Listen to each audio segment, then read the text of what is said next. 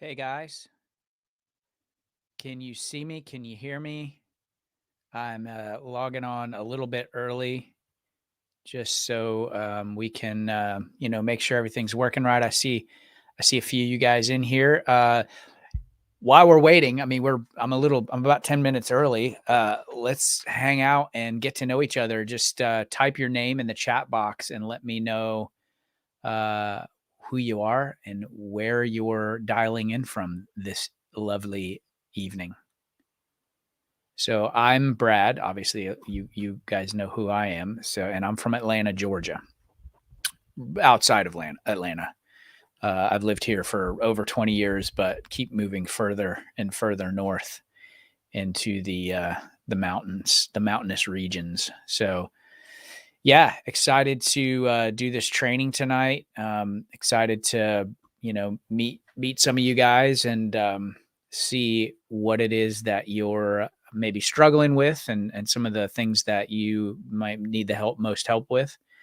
But yeah, if you would just type your name and say hi in the chat box and tell me where you're from,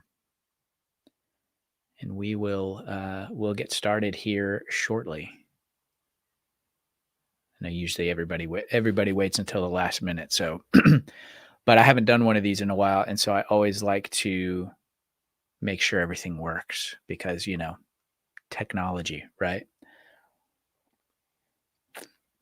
So I hope you have a good um, a beverage or a snack, or maybe you're even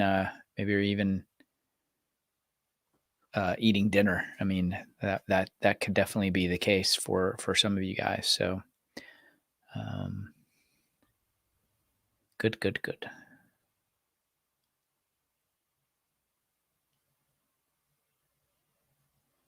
We're waiting. So we're going to get started in about 8 minutes or so.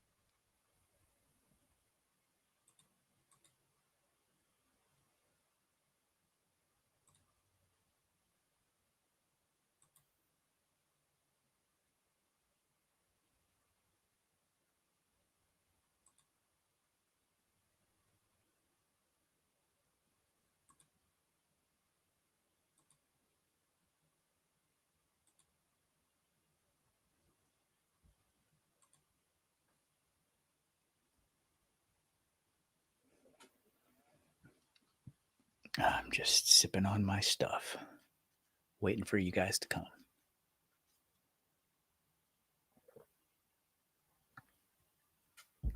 So we had 66 people register, which is awesome. And so, and it's rarely 100%. It's actually never 100% that actually show up. So hopefully we will we'll have a good turnout, and we'll have a nice little party here, guys, and get this thing going here in about 4 minutes. So come on in, introduce yourself.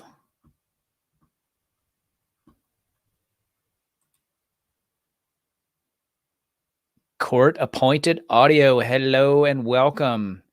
So yeah, just let us know in the chat, court appointed audio. Where are you dialing in from? You're an early bird, so definitely appreciate that. We're just hanging out here a few minutes before we get started, letting people come in, and then we'll get started on time. And yeah, looking forward to helping you, get on a rock solid budget before the end of this.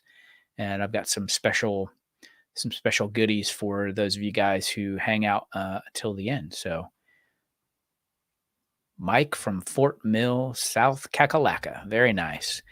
We're over outside of Atlanta. So, I mean, from a global perspective, we're practically next door neighbors. So awesome. Super, super pumped that you're here. And we've had about, I think it was like last time I checked, it was like 66 people registered. So it should be a pretty good turnout. Catherine Walker. Yes. Catherine, you are in our private financial coaching community as well. And so I'm looking forward to getting to know you better. And you're in Woodstock. Fantastic. My wife and I used to live in Woodstock, actually, until about a year and a half ago. And now we moved up to Jasper. So welcome, Catherine. So yeah, we're a few minutes early, guys. Definitely appreciate you logging on a little bit early.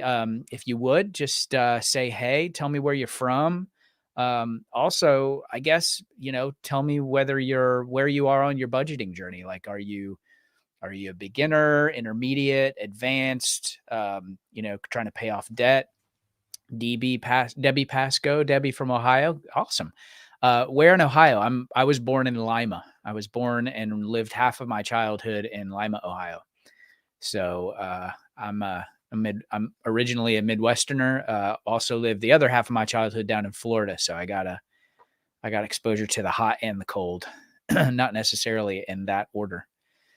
So it's good to see you guys. Just waiting a couple more minutes. We'll probably get started about 1 or 2 after the hour. So feel free to chat with me. Let me know what you're struggling with the most with your budgeting, what you're looking for the most help with. I'm going to basically just walk through exactly how I coach my one-to-one students. So Northwood, Ohio, suburb of Toledo. Okay. So about an hour from Lima. Awesome. Yeah. We used to go to Toledo all the time. Jason from South Dakota. Howdy, howdy. Welcome on in. Glad you're here. Appreciate you guys being a little early. That's there's a saying about the early bird getting the worm. I guess if worms are delicious, which I guess they are to birds. So Jason from South Dakota. Awesome. Good to see you. Good. So I promise this is going to be very, very action packed. I have actually done this presentation for my private financial coaching community, and they loved it. They said it was really, really helpful. It really just kind of encompasses, a lot of times when we're creating content, we have to, kind of parse things out into little bite-sized pieces on certain things. So, hey, Savannah from Michigan, how you doing? Lisa Tennant from Los Angeles. Yes, it's been a couple of years since I've been out in LA, but yeah, I love it out there. Good to see you guys.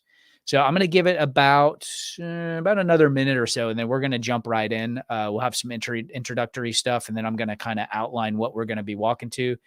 Danielle Griffin, Huntsville, Alabama. Good. We're practically next door neighbors. We're just if you're just joining, my wife and I are just about an hour north of the Atlanta area, and then in the North Georgia mountains, and loving it. It's a little chilly. Excellent, excellent. Appreciate you guys registering. Appreciate you guys showing up. And if you're able to stick around to the end, I have something very special for those of you guys who do. And I've got something special for the rest of you as well. So we'll definitely get to all that. So we'll wait another minute or two, and then we'll get started. But I'm stoked that you guys are here, and hope you got something, maybe something warm to drink, maybe a snack or dinner, and a pen and some paper to write with. And we're going to jump into it here momentarily. I also wanted to, let me just get over to this other screen. I don't know if you guys saw this in the email for the registration and then the follow-up emails, but there's a little cash flow success resource pack that I included, just as a thank you for registering for the training. And so I'll go through this a couple of different times, but you can go back through one of those emails and download this if you want to print it out.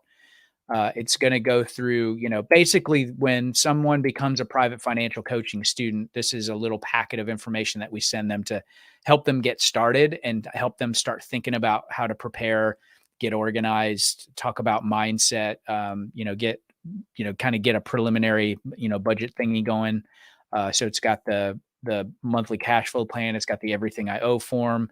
And then it's also got a very, extensive receipt tracker. So we're going to cover all of that tonight. And so my goal for this is for you to walk away, being able to really, really have a great idea. If you're not on a budget yet, like you'll be able to get on a rock solid budget. If you're, if you've budgeted and failed in the past, this is going to be great for you as well. A lot of this is really just a lot of it's mindset, a lot of it's definition. So we're going to go through all of that. Hello, Drusilla Brown from Baltimore, debt-free since 321, still saving and trying to figure out my next step. That's great. This will be great for you as well. A big part of what we do, especially, in my private financial coaching community, is we have people along the continuum, no matter if they're just starting off trying to get their finances organized and maybe get out of the paycheck to paycheck cycle, or they're in the middle of paying off debt, or if they've paid off debt and now they're like, okay, cool. Now I can start investing and I can start working toward, some kind of financial independence. So, all right. So I am going to go ahead and get started. I appreciate you guys being early, being on time. And so my goal for tonight, as I've said a couple of times already, is for you to really walk away from this workshop being like, okay, I have some really new and more accurate ideas about what a budget is, what my mindset needs to be around doing a budget. And you'll have some tools in your hand to really help you pour some gasoline on your efforts. So that's my goal. So the name of this presentation is called the Cash Flow Success. This is a framework that I teach my one-to-one private financial coaching students called the 5 Days to a Bulletproof Budget. And the idea about this is really to teach you how to never worry about money again. So 78% a lot of you guys probably know the statistic and maybe new to some of you, but about 8 out of 10 people in the US live paycheck to paycheck and would have a hard time coming up with $400 for an emergency. And so we've seen this, cultural phenomenon, and you guys, I'm sure, are able to, see this too, where a couple of generations ago, we used to have a saying, keeping up with the Joneses, but now it's really keeping up with the Gateses and the Kardashians, because we live in this really hyper consumerist society. And unless and until you really have a rock solid plan for your money, it's very easy to be tossed to and fro by every wind of trends or fads or keeping up with your neighbors and all that sort of thing. Hello, Bel Air from Maryland. I believe you're Bel Air from Maryland, or maybe you're from Bel Air, Maryland. I'm not really sure, but welcome nonetheless.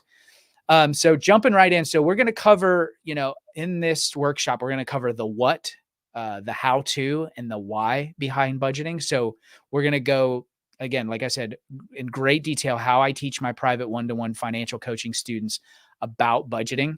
And we're going to do it by using my 5-step, 5 days to a bulletproof budget, no overwhelm framework. And then the why is, going back to that statistic, 78% of the people, of the population worries about money. And budgeting, in my experience, is the only remedy for that. So why are we here? A lot of you guys are, I've gotten some questions about, why are you doing this like right before Thanksgiving? Shouldn't you do this before the beginning of the year? The answer to that question is of course yes. But what I wanted to do is really create kind of a preemptive mindset shift for a lot of you guys that are in the community, a lot of you guys that are on my email list, to help us start thinking about 2022 now. And the best possible thing that you can do for your money to eliminate worry is start getting on a budget, because it's going to take about 90 days to get good at it. And I'm going to repeat that statistic over and over and over again.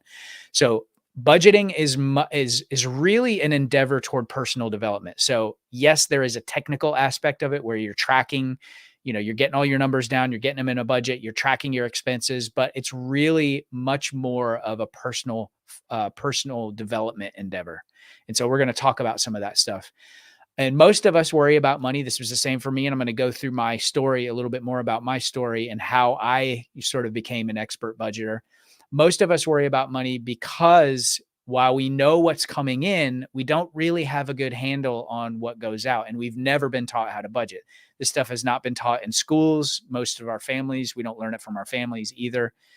And then I want to talk about right now in this part of the presentation, like the numbers results that you can expect by getting on and staying on a budget for, it's like I said, it's going to take about 90 days to do it and do it right. Your first 30 days, we see this in our student population when they sit down and do a budget for the first time.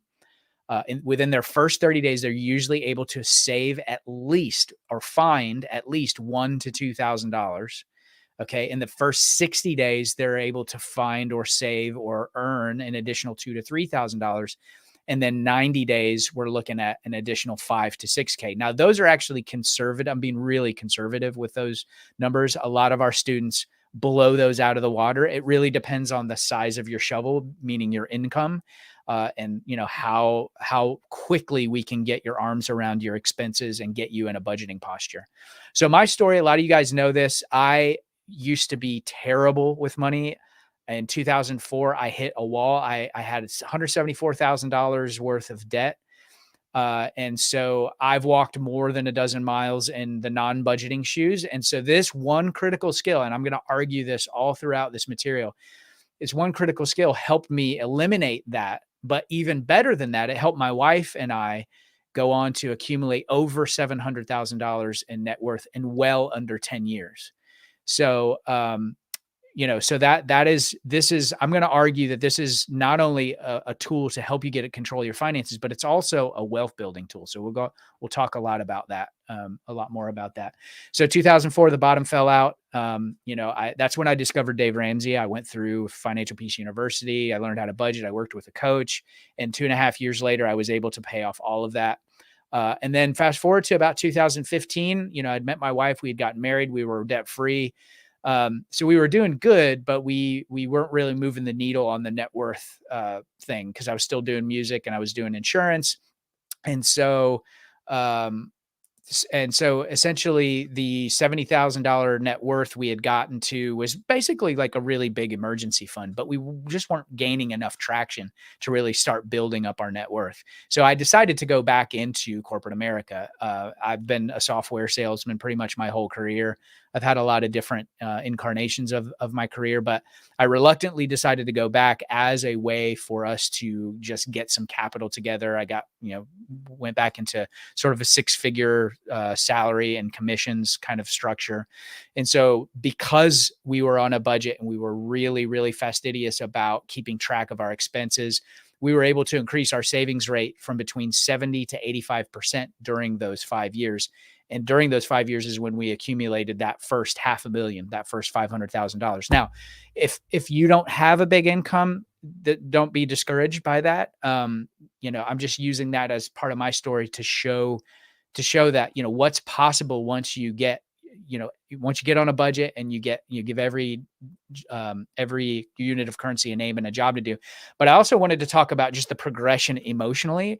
In 2004, I was terrified. I felt desperate.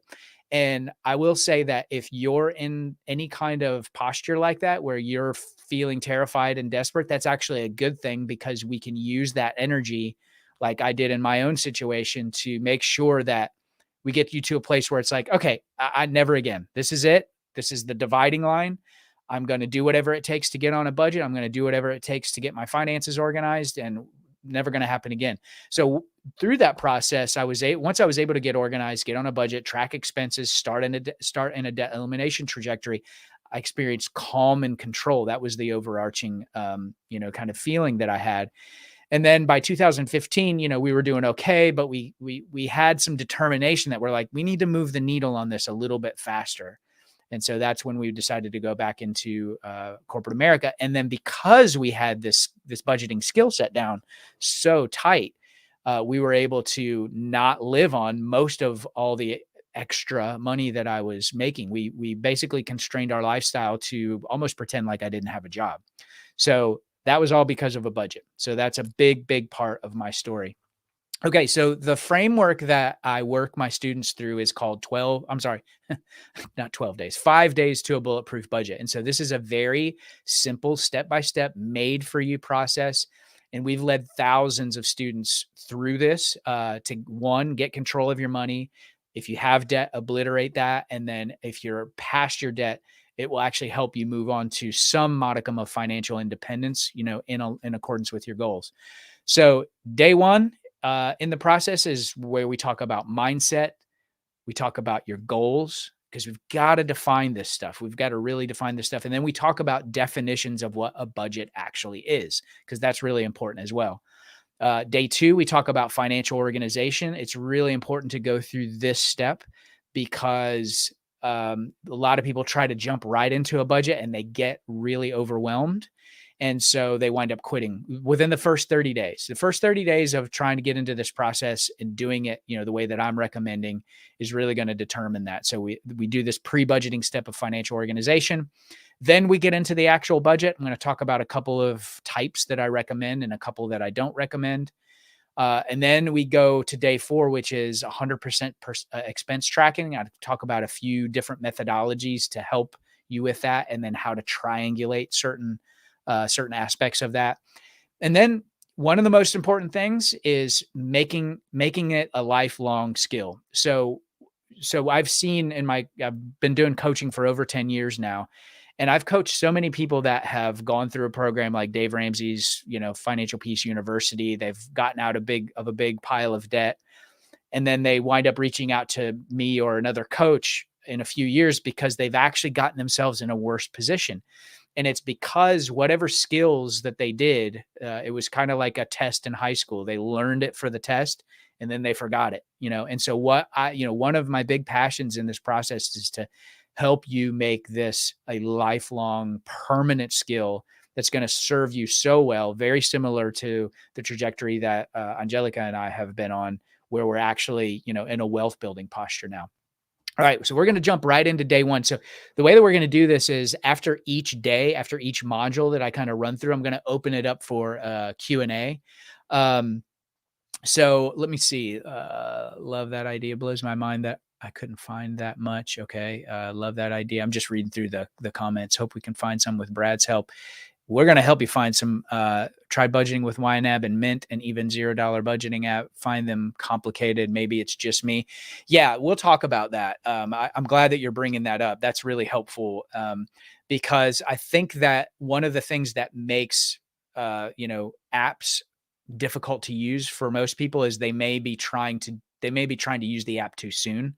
I think that what you'll see is once we go through day 1 and we talk about mindset, goals, and definitions, and then day 2, where we're doing that pre-budgeting step, you're going to be like, oh, okay, I feel so much calmer and so much more at peace now that I've gotten organized, so we can take this list and now we can put it into a budget.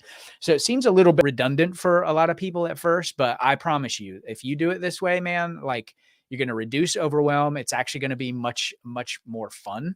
If you can imagine that, budgeting can actually be fun. So day 1 is mindset, goals, and definitions. So there has to be, I used to get really kind of awkward about teaching this because for a lot of people, this is like, oh, this is the fluffy stuff, dude. Just get to the hard teaching.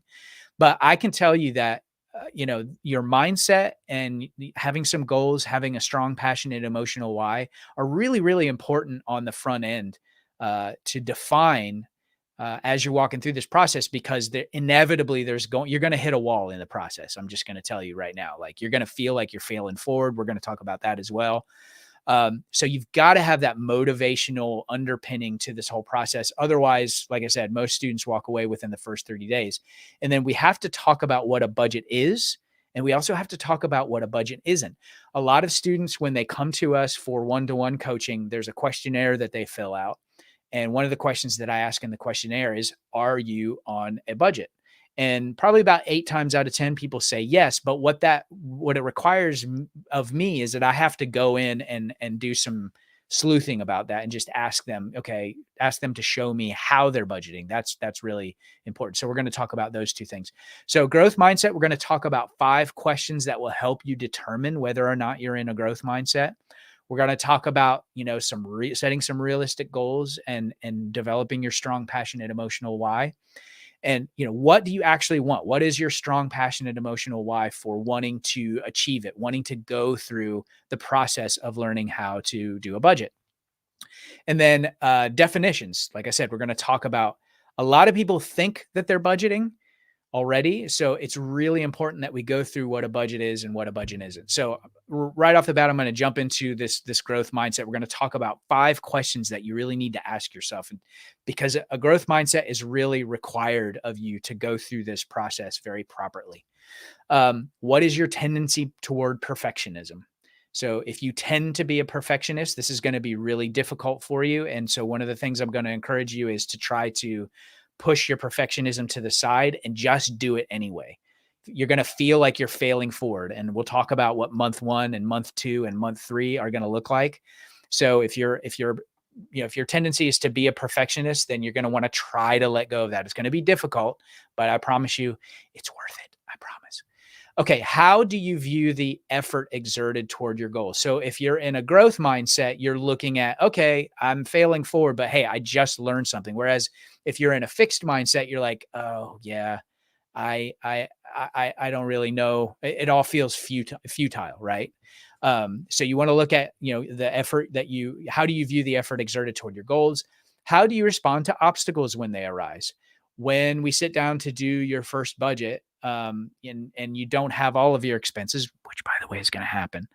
How do you respond to that? Do you throw your arms up in the air? Do you get super frustrated, or do you just let it set and be like, okay, it's not perfect this time, but I did it, because I guarantee you that's going to happen.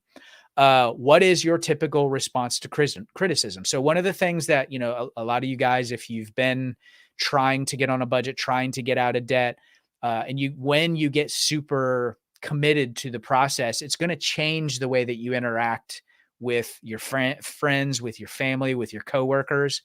And so I want to kind of prepare you on how to deal with that potential criticism or that pushback.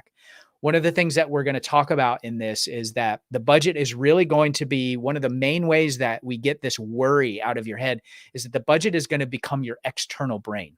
So a lot of you guys are worried about money right now because you know what's coming in pretty much, but there is just a lot of vague ideas about what's going out. So what we want to do is use the budget as that external brain where we've got everything in there. You can trust it. And you know what the numbers are. And then so you are able to say, you can deal with criticism, you can deal with pushback by saying, you know what, we're on a budget right now. We're really working on our budgeting skill and we're really, tightening our belt, trying to get out of debt, whatever the case is. Let me look at the budget and see if we can go out to eat with you or go on that vacation with you. And then that way you've also got something that you can blame externally if you want. Okay, how do you view the success of others? Now, I know, some of the people in our private financial coaching community and even in our free Facebook group, you guys are really good about reaching out and encouraging each other. And so what I want to try to coach you into the mindset of is viewing the success of others as what's possible, because all of us have our own race to run. We all have our own story. And so success is going to appear to be much easier for some people than it is for others. but I want to coach you and encourage you into the mindset of, you know, viewing when you see one of your fellow students, being successful, know that if they can do it, you can do it as well. All right. So let's talk about your goals and your why. Okay. So just as a precursor, we have a whole form, and if you downloaded the resource pack that I sent you in the email, this has our start with why worksheet. And I'll show you what that looks like here in a second. But just generally speaking, like, what do you want life to look like in the next year to 5 years? Kind of start thinking it. I want to be out of debt, or I want to be halfway out of debt. I want to have a huge $100,000 emergency fund and some investments. And I know I'm talking like huge, ridiculous numbers, but they may not be ridiculous. I don't know. How willing are you to get uncomfortable? Because that's going to happen. I mean, that's just a part, we're all hashtag adulting here. And we know that the process of learning can be, kind of painful, kind of uncomfortable. Uh, and then what's your strong, passionate, emotional why? And so this next little exercise that we're going to do, at a high level, is going to give you the fodder, the content that you need to be able to write out, you and your spouse, uh, you know, what is your strong, passionate, emotional why? So this was the form that I was alluding to. When you registered for the training, I sent you a link in the email where you can download this. It's got the start with why, the everything I owe form, the zero-based budgeting form, and an expense tracking form. So this is going to give you the tools that you need to kind of go through the preliminary parts of this. So in this form, we ask, what do you want the future to look like? So you and your spouse, if you have a spouse, you're going to want to go through that and answer those individually. What would you like to be able to do in a year that you can't do right now? Where do you want to be in that 1 to 10 years? And you can get as granular as you want. Like, hey, year one, I want this. By year two, you can do maybe a little bit more of a stretch goal. But it helps to really start thinking through this stuff, before we actually get into the numbers, before we get into some of the overwhelm of trying to get everything organized, try to get it in a budget.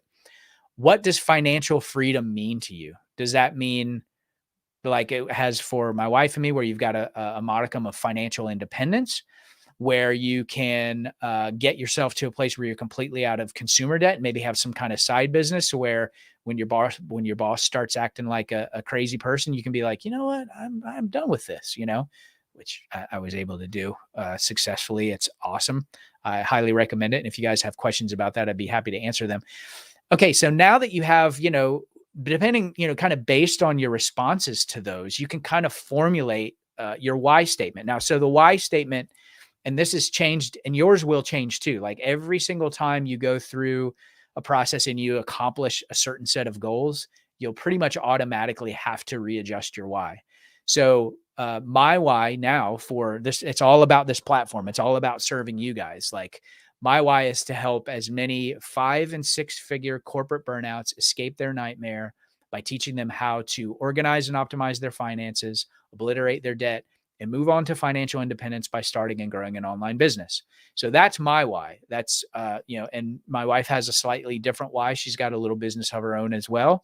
But, those are things that we're constantly, revisiting about once a year and redefining as we, accomplish those goals. Okay. Let's talk about definitions now. What is a budget? Okay. Have you ever really thought about it that way? Like, oh, yeah, what is a budget? So a budget is a financial organization tool. We're going to talk a lot about organization because that's really, really important in this process. You want it to become the director of your money, not the reactionary. So many times, and this is probably going to be the case for you if you're new to budgeting or you're trying to get on a budget. Your budget is really reacting to your circumstances. So what's going to happen is once you go through this process and you get on a budget, your budget is actually going to be the proactive director of your finances, not the reactionary. So it will become the name giver and the employer of every single unit of currency that comes into your life. So whether it's $1 or whatever your currency is, or a gift card or some kind of gift, it's all going to be accounted for inside the budget. And this is a huge mental shift for a lot of people as we're teaching them this skill. It's also upscaling repellent. So part of this process, what usually happens is you get on a budget, maybe after 2 or 3 months, it's like starting to really hum along. You feel like because you've cut and reduced and maybe substituted some expenses, you feel like you've gotten a raise. And so a natural part of that process, whether you got a raise or you're just working with what you already have, is to upscale, like buy more stuff, keep up with the Kardashians, keep up with the Gateses. So this is, the budget was our upscaling repellent while I went back into corporate America. So this is definitely going to be helpful. And then lastly, as you move through debt elimination, as you move through, a fully funded emergency fund and all of those things, this is going to be your greatest wealth building tool. This is all the stuff that I'm teaching you guys in this workshop. My wife and I still do every day, all day long. So we're living and breathing this. Okay, this is just as important. What a budget is not. And this might be, new information for some of you guys. It's not a set it and forget it dashboard or spreadsheet. So many times, like I mentioned earlier, when we have students go through the form, fill out the intake form, and they say that they're on a budget, I'll ask them to show me the budget. And it's like this pretty little spreadsheet where they've got, sort of hopes and dreams or what they intend to spend every month, but they're not reconciling it. It's not a living, breathing document. So it's not a set it and forget it dashboard or spreadsheet. It's rather a living, breathing document that you want to be in the numbers every day. It's not something that just happens. I know I would need to tell you guys that, this process is going to require engagement. I want to help you get to a place where you're looking at your numbers every day, at least for the first 90 to 120 days. But it's not something that's just going to happen. But what I want to do is you outline this process so that you've got a roadmap to follow, so it's not overwhelming to you. And also, it's your budget is not an expense tracker. I know that that's news for a lot of people, because a lot of people, and I see other content creators out on the interwebs teaching, using an expense tracker, using your budget as an expense tracker. And expense tracking is an element of a budget. And we'll go through that it's one module that we're actually going to go through tonight. But it's not the budget. So it's an element of budgeting. It's an important element of budgeting, but it's just an element of budgeting. It's not the whole thing. So that's what a budget is not. All right. So I wanted to pause here. I know you guys have been leaving some awesome comments. So drop your questions in the chat box about mindset, about starting with why, about, some of these things. And I want to read through some of these contexts. Jason Klein says, I have had payments most of my adult life. As I start to pay off debt, it feels a little weird, as it seems I'm forgetting something. And what do I do with the extra money that I've had? Yes, that's a great point. And what I'm going to show you is that what you want to do is and if you're doing a zero-based monthly budget properly, there will be no extra money, because there will be $0 to budget at the end of that process. And so every single dollar that's coming in, every single unit of currency that's coming in, is getting a name and a job to do. And for you, that's probably going to be going to an emergency fund or a sinking fund for a savings account. And so that way it's not just out there sort of floating in the ether, just waiting to be spent. Savannah says, Jason Klein, it's amazing how much debt takes up our mental energy. That could be why you think you're forgetting something even when one goes away. That's a very good point. That's something about the debt elimination process that is very, very interesting. You do getting on a budget and starting to free up some of the funds that you're already earning makes you feel like you got a raise, but that's precisely when you want to double down on a lot of this stuff. Court appointed audio. Good call on talking about a timeline. That's one thing I don't talk about they don't talk about in the baby steps. Puts everyone in a sprint when some people should be running a marathon. I agree. I think Dave Ramsey's program is great. It's what I use to go through the $174,000 worth of debt that I paid off. But one of the things that I found out as I started actually coaching people is exactly what court appointed audio is talking about, is that, there's granularity. I noticed that in FPU, it's like they throw a budget in front of you and they just expect you to do it. And certainly some people can do that. But what I've found is that students need a lot more granularity, because what we need to do is press pause and just figure out how to do this element. Because once you get this down, everything else is so much easier.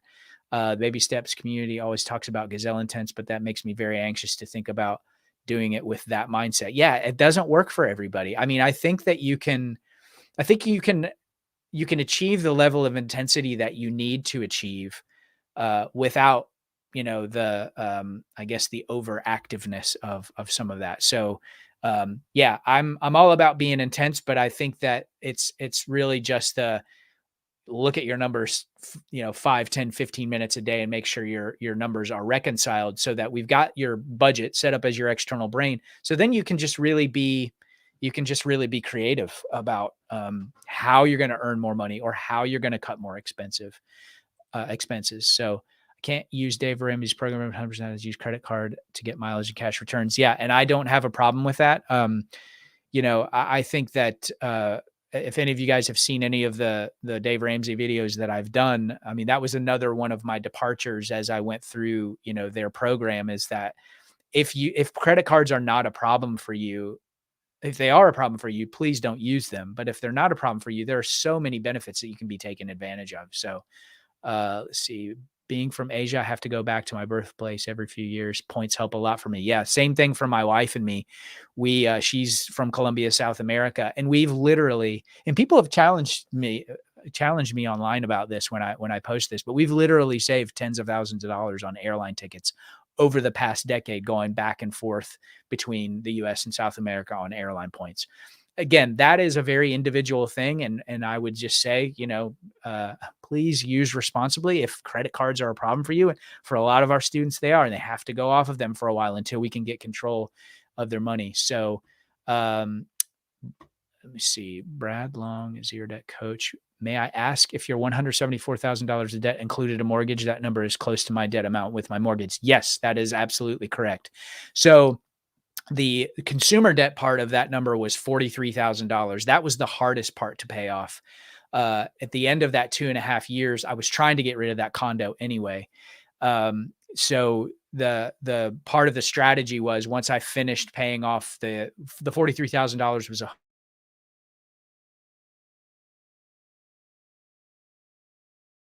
home equity line of credit, then very strategically and in a timely fashion because it was in May of 2007 when I sold the condo. So that was how I got completely debt free, which was awesome because then the very next piece of property that we bought, we were able to buy with cash that we had saved and invested. So, and Vate Johnson says points and cash back is okay as long as you can manage the cards. That's right. Yeah.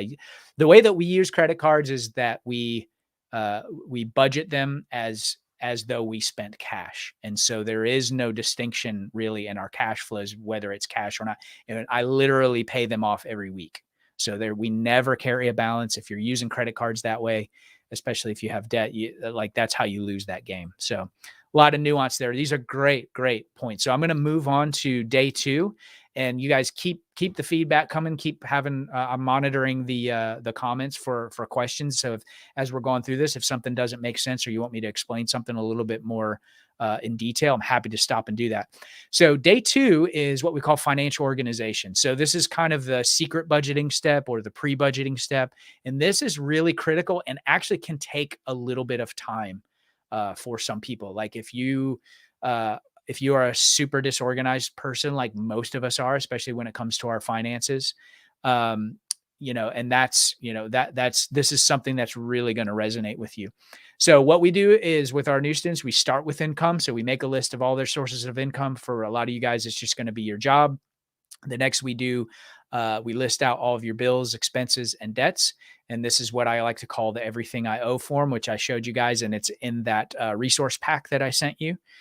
And then we go ahead during this period of time and figure out what your net worth is. And so we'll kind of go through what that looks like. But this is total organization.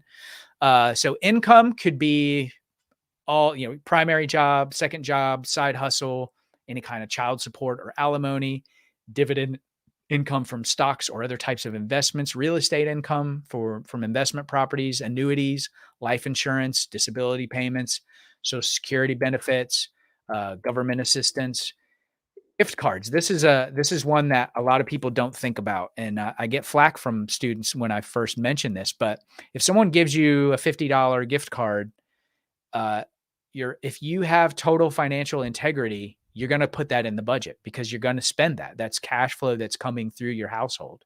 And so that you definitely want to have, any kind of gift cards or financial gifts that go into the budget as well. Then the really challenging thing is listing out all of your bills, expenses, and debts. And so this is the Everything I Owe worksheet. Um, which is also in the course that I'm going to talk to you guys about a little bit later. I have a brand new course out called 5 Days to a Bulletproof Budget. You guys are on my email list, so you've probably seen the emails, but all of these resources are actually inside the course as well. So this is where you want to go through and you want to log into all of your online accounts, your service provider accounts, your bank accounts, credit card accounts, loan accounts, gather up all of your paper statements. And you want to take your time going through this. I mean, this could be for some of our students, this could take upwards of a week because they're just so disorganized. So take your time, have patience with yourself because it's probably going to take more time than you originally thought, especially if you're super disorganized. And that's precisely why I make this a very distinctive step in teaching people how to budget. Also inside the course is this ultimate master list of forgotten budgeting items. One of the things that you're going to find out as you go through these first few months of budgeting is that the irregular expenses are so you'll go through month one. We'll cover this in a minute, which feels like a controlled demolition. It's like, oh, this is a disaster. This is when a lot of people throw up their hands and call it quits because it is, such a disaster.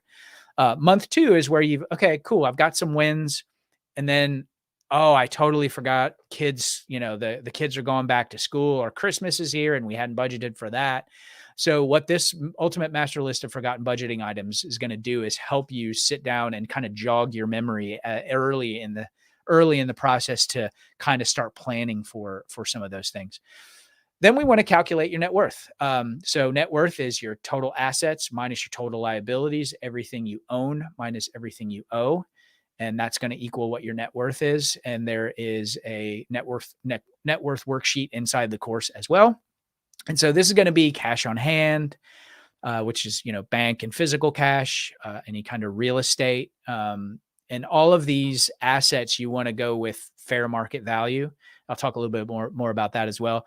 Vehicles, boats, motorcycles, RVs, household furnishings, retirement and investment accounts, including 401ks, IRAs, Roth IRAs, HSAs, health savings accounts are an asset as well. And then any kind of taxable brokerage accounts that you may have as well. Precious metal holdings, cryptocurrency holdings, and then anything else that could legitimately be liquidated for cash. So, and again, this goes back to, especially like with household furnishings and some of those things that you want to put on your personal balance sheet. Like the example I use with a lot of my students is like, I have an original Star Wars cards collection, and I'm thinking it's probably worth a good bit, of money. And I'm actually interested in finding out like what I could sell it for, because I probably would sell it at this point. I think it's worth $1 million, right? But that's not what somebody's going to pay for it more than likely. So you have to really look at, with cars, look at Kelley Blue Book, look at Edmunds. You want to go out into the marketplace because you want to be as accurate as possible about this. Okay. Well, man, we just kind of flew through day 2. So I want to take a minute to pause. I'm going to take a drink of my tea here and open it up for any kind of questions or comments or smart remarks. Let's see. Oh, cool. Yeah. I actually found you on Denzel Rod's channel a few weeks ago. I need to be able to budget before I start that. Absolutely. That's great. Yeah. Denzel's great. We actually went to FinCon, the financial content creators conference back in September in Austin, and we got to do some content together. See, as good as that sounds, I'm worried about falling back. Yeah, a big part of this process really is I think that a lot of people try to white knuckle this process and kind of go through it on their own. So what you have to do, I think there are several incarnations of this whole budgeting process. And so that's where I think, like our private financial coaching community or the Facebook community it's our free Facebook community, a little bit less so, because the people aren't really quite as engaged as they are in our private financial coaching community. You have to get to a point where you're like, okay, I can't, I've hit a wall. I've got some questions. So you need either maybe a coach, or you need to be a part of a community. One of the things that's great, and it's not open right now. I'm going to open it up at the end of December. I only open it up a few times a year. Our private financial coaching community, one of the elements of that is that we do a monthly group coaching call. I'm actually going to do more than one in January because a lot of people are trying to get, their finances organized and get all that stuff together. But one of the things that we do in that group is we do a monthly group coaching call, and I have a hot seat, um, a hot seat section of the call where we pick one person, or one person raises their hand from the community, and I walk through their situation and help them troubleshoot it, as though I was working with them as a one-to-one coaching student. Because a lot of times all you need is like one little piece of insight or one little piece of encouragement or correction to kind of help you break through that. But what I'm hearing you saying, falling back, is an accountability thing. And so what you'll want to do is make sure that you've got some sort of accountability check-in with the community, or, whoever. So it could be your spouse. It could be, your accountability partner. It could be a coach, one of those things. But it sounds to me, when I hear you being fearful of falling back, means that you need to have, some current, some accountability. So, excellent question. So where was I? Okay.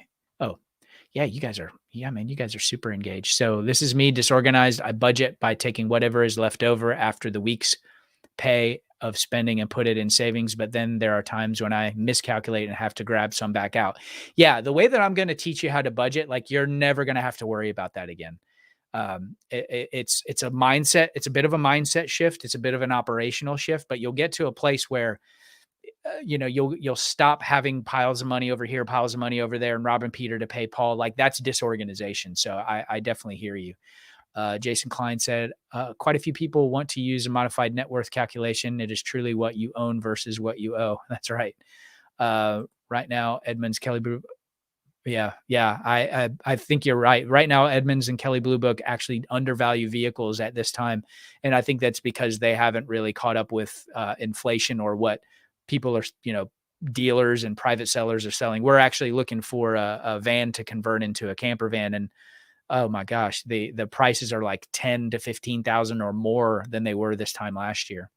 One thing I'm proud of is I do own silver and gold. And once I forget about it, I wish I could use that same control with physical money. Well, if you do this budgeting methodology like I teach you to do, you won't worry about that anymore.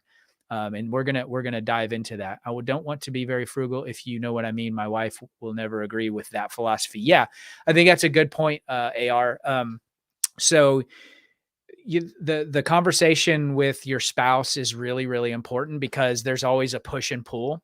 And so what's really going to help you guys getting on a budget like I'm teaching you how to do, in the manner that I teach you how to do it, is the budget, rather than you or your wife, becomes the centralized, repository of financial truth. So you don't have to be that. And so it's going to reduce the odds that you are. You can basically say, okay, cool. If you bring up the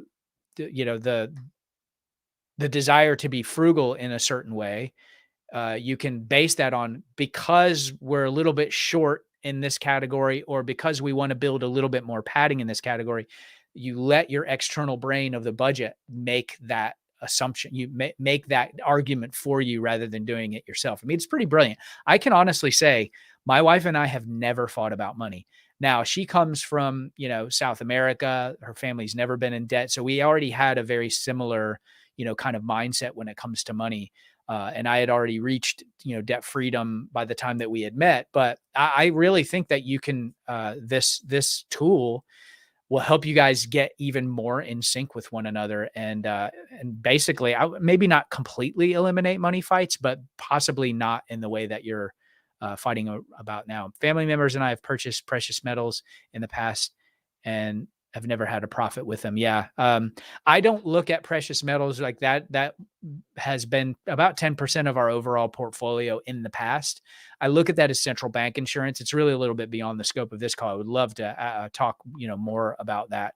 But yeah, I think that, I don't look at precious metals necessarily as an investment. I have a core position, and that's pretty much what I stick with. And we've actually, we've made some gains, but those markets are very, very manipulated.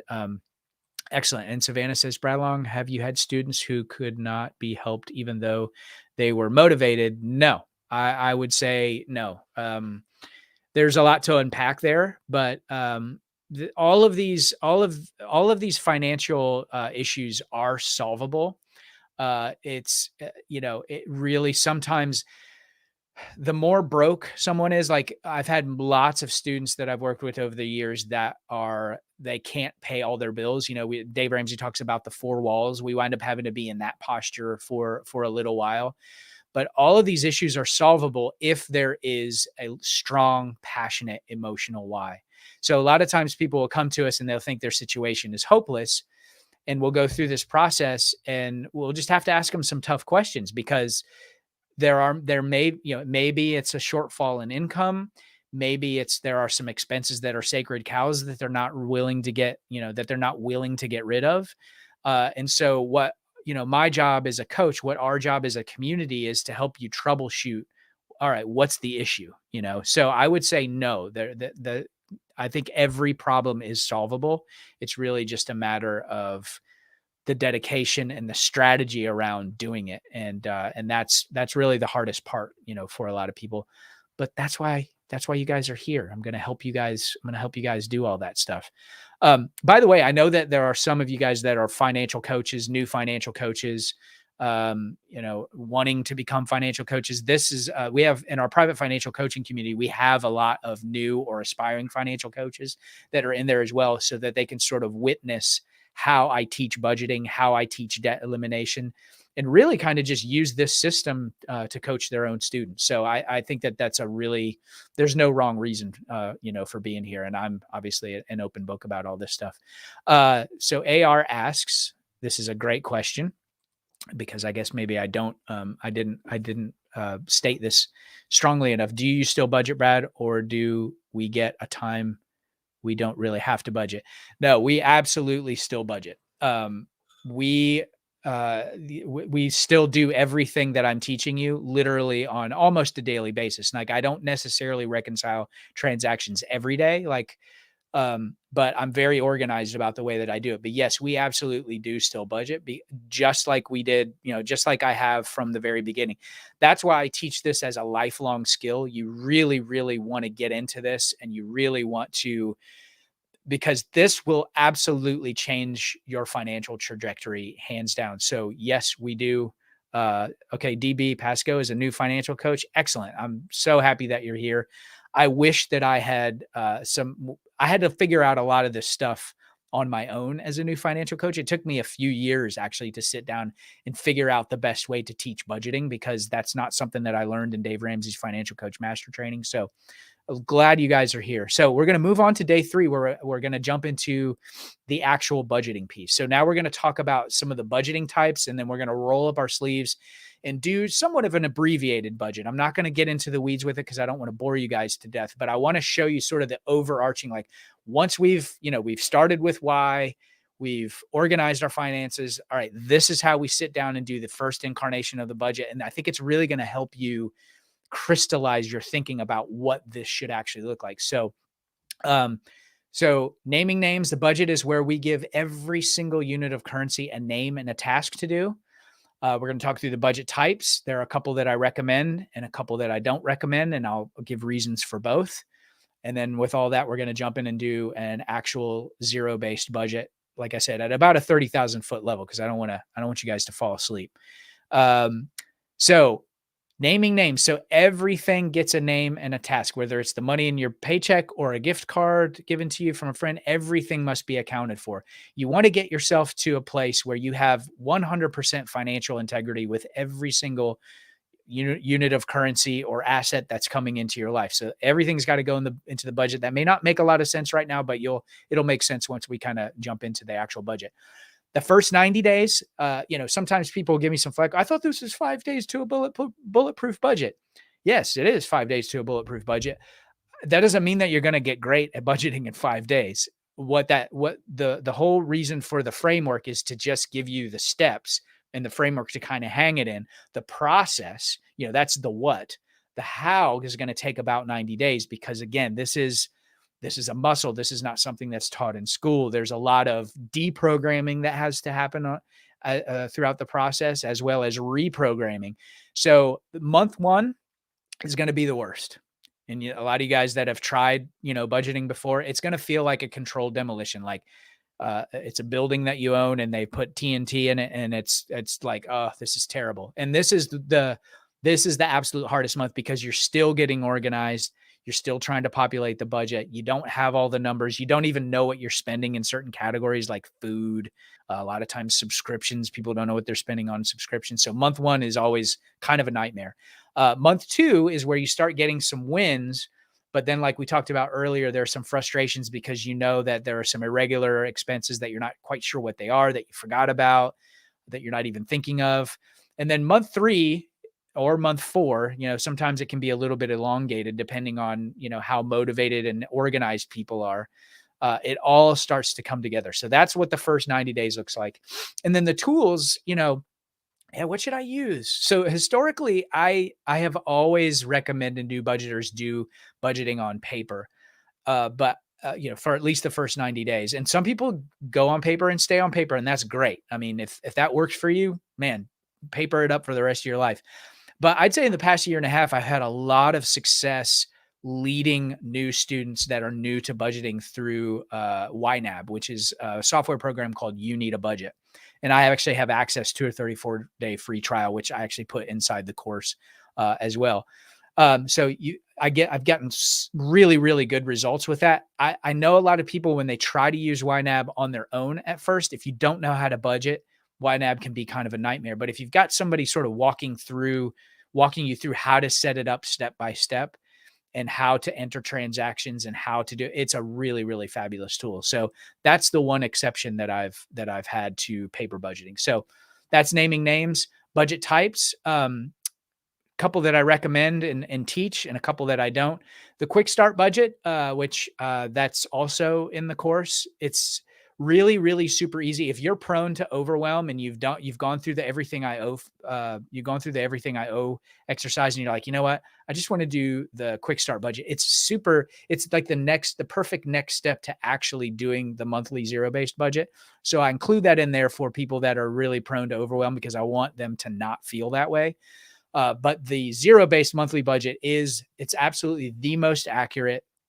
It helps you plan and track your money in a way that really becomes truly bulletproof. Because again, like I mentioned earlier, zero-based budget doesn't mean that you don't have any money by the time you're finished budgeting. It means that $0 are left to give a name and a job to do. So every single unit of currency, whether it's paying a current bill or saving for your emergency fund or investing, for a brokerage account or any of those kinds of things, we're giving it a really, really solid name and a job to do inside the budget. So you're not worried about it. Couple that I don't recommend: the paycheck budget. I'm not a big fan of that. I believe, and I actually teach, that you can accomplish what you're trying to accomplish with the paycheck budget inside the zero-based budget, and even inside of YNAB. The bigger reason that I'm not a fan of the paycheck budget, though, is that keeps people in that paycheck mindset.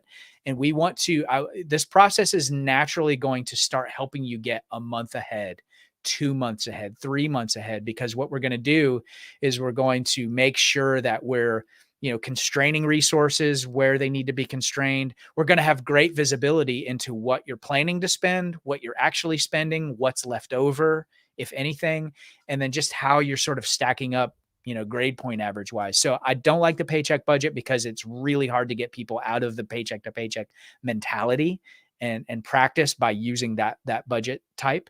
And the other one is the 50, 30, 20. And there are different ways I've seen people parse out, like, oh, it's 50% on expenses, 30% on saving, and 20% on spending. However you slice it, it's just not accurate enough. So I don't recommend or teach that one. So I would hone in all of your energy ultimately on the zero-based monthly budget, because that's where you're going to get the most traction. Okay. So with that, I'm going to change, I'm going to get out of this screen here, and I'm going to show you guys my, let me just get that out of the way. And again, this is the cash flow success resource pack that you guys have access to. So I emailed this to you when you registered this. So this is going to give you start with why, everything I owe. It's going to give you everything that you need, the zero-based budget, and also an expense tracking. That's my course. We'll go through that a little bit later. So this is a zero-based budget. I'm showing it to you in a Google Doc. It's downloadable as an Excel spreadsheet and as a fillable PDF inside the course. And then I don't know if you guys know this, but if you download the Excel file, you can, and you prefer Google Docs, you can import it into Google Docs and use it that way. So, all right. So jumping into this again, I'm not going to go into like nauseating detail. I just want to give you guys some really, really overarching strategic, ideas of how you're going to use this. Okay. So you'll notice monthly budget, cash flow plan. Over here is where we've got the month. Over here in the upper right-hand corner is where we've got the take-home pay. So this is where you would add up all of your sources of income after tax and add them up and put those here. And then you'll see that this it adds up, what that is here at the bottom. So your total take-home pay. And then once we add up all the category totals, it'll give you a grand total, and then we'll be able to go back and zero that out as necessary. So so when I'm sitting down with a student, this is really the first thing, one of the first things we're doing after they've gone through the everything I owe exercise. We're going through this. We're looking at, all right, well, what are you doing for charitable gifts? All right. What are you contributing to your emergency fund right now? A lot of them are in a debt elimination posture. So they may be trying to get that first $3,000 to $5,000 baby emergency fund that I recommend. I don't think $1,000 is enough. Retirement, they're probably not going to be doing that, but this is the savings category. So we kind of address that. And then we go into our housing expenses, whether that's rent or your mortgage. If you've got a second mortgage, real estate taxes, if those are not escrowed, homeowners insurance. So we go through all of these expenses sort of line by line. And so you'll see there are 3 distinct columns. There's the budgeted category. So budgeted means that this is what you're planning on spending this month. Okay. So this is like, all right. And when you're new to this is what I think I'm going to spend this month. And in a lot of cases, especially with the variable expenses, this is what you actually spend. So this is where, when we go to day 4 and we're doing expense tracking, and I'm walking you guys through how to do that, this is where we're reconciling with that every single, hopefully every single day. That's when you're going to get in a real rhythm with this stuff, is going back and saying, all right, I just spent $50 on groceries. Let me enter that back into the budget. It's super, super easy in YNAB. I can show you guys that as well. And then the carryover is really, you can kind of think of that as the digital envelope. So let's say, I think a really good example to use for that would be like, you guys are familiar with the envelope system where you stuff cash in an envelope for a specific category that you're going to spend for that month. Okay, so food is a really good one. So, and by the way, on here I've got asterisks. It's really hard to say. Say that 10 times. Asterisks are really good categories for cash envelopes or even digital envelopes. Like you can use a note card, and we'll talk about how to do some of this more in the expense tracking section. But let's say you think you spend $600 a month on groceries, so you fund that. And so this is your digital envelope. Okay. So every time you go to spend, let's say you went to Aldi today and you spent $100. Okay. So that's going to tell you, so this is your digital envelope. You took $100 out. Now you've got 500 left. So this carryover is going to kind of tell you where you stand as the month goes on. Okay. So again, this is like a huge, huge flyover. So that's the difference between budgeted, actually spent, and the carryover. And then another feature that I put in here just to kind of serve as a guardrail in this process is the percentages. So this will kind of give you an idea like, okay, for housing, I shouldn't be spending more than, 25 to 35%. I would obviously prefer that to be lower, but we all know how real estate is right now. And so you just got to do what you can. But yeah, so these are meant to sort of serve as some guideposts or guardrails around, oh man, I'm way out of whack in this category or this group of categories. And what can I do to kind of rein that in? Excuse me. So once we go through and we populate, what they think they're going to spend, so just going through all the utilities, and a lot of times this might be a guess unless they've got the bill from last month. in there. So we go through all these, and then we've gone through personal, we've gone through entertainment, vacation, and then we come down to debt. And so the debt is going to be, the minimum monthly payment on all of these. And then over here, we can account for the total amount owed. So you definitely want to have both of those. So the car payment. So these are all debts, and then it adds up each category. So what we've noticed, and this is almost always the case, almost every single time we sit down to do a budget with a new coaching student, it's like they're all over like $1,000, somewhere around $1,000 over budget, just in the sort of capturing and planning stage.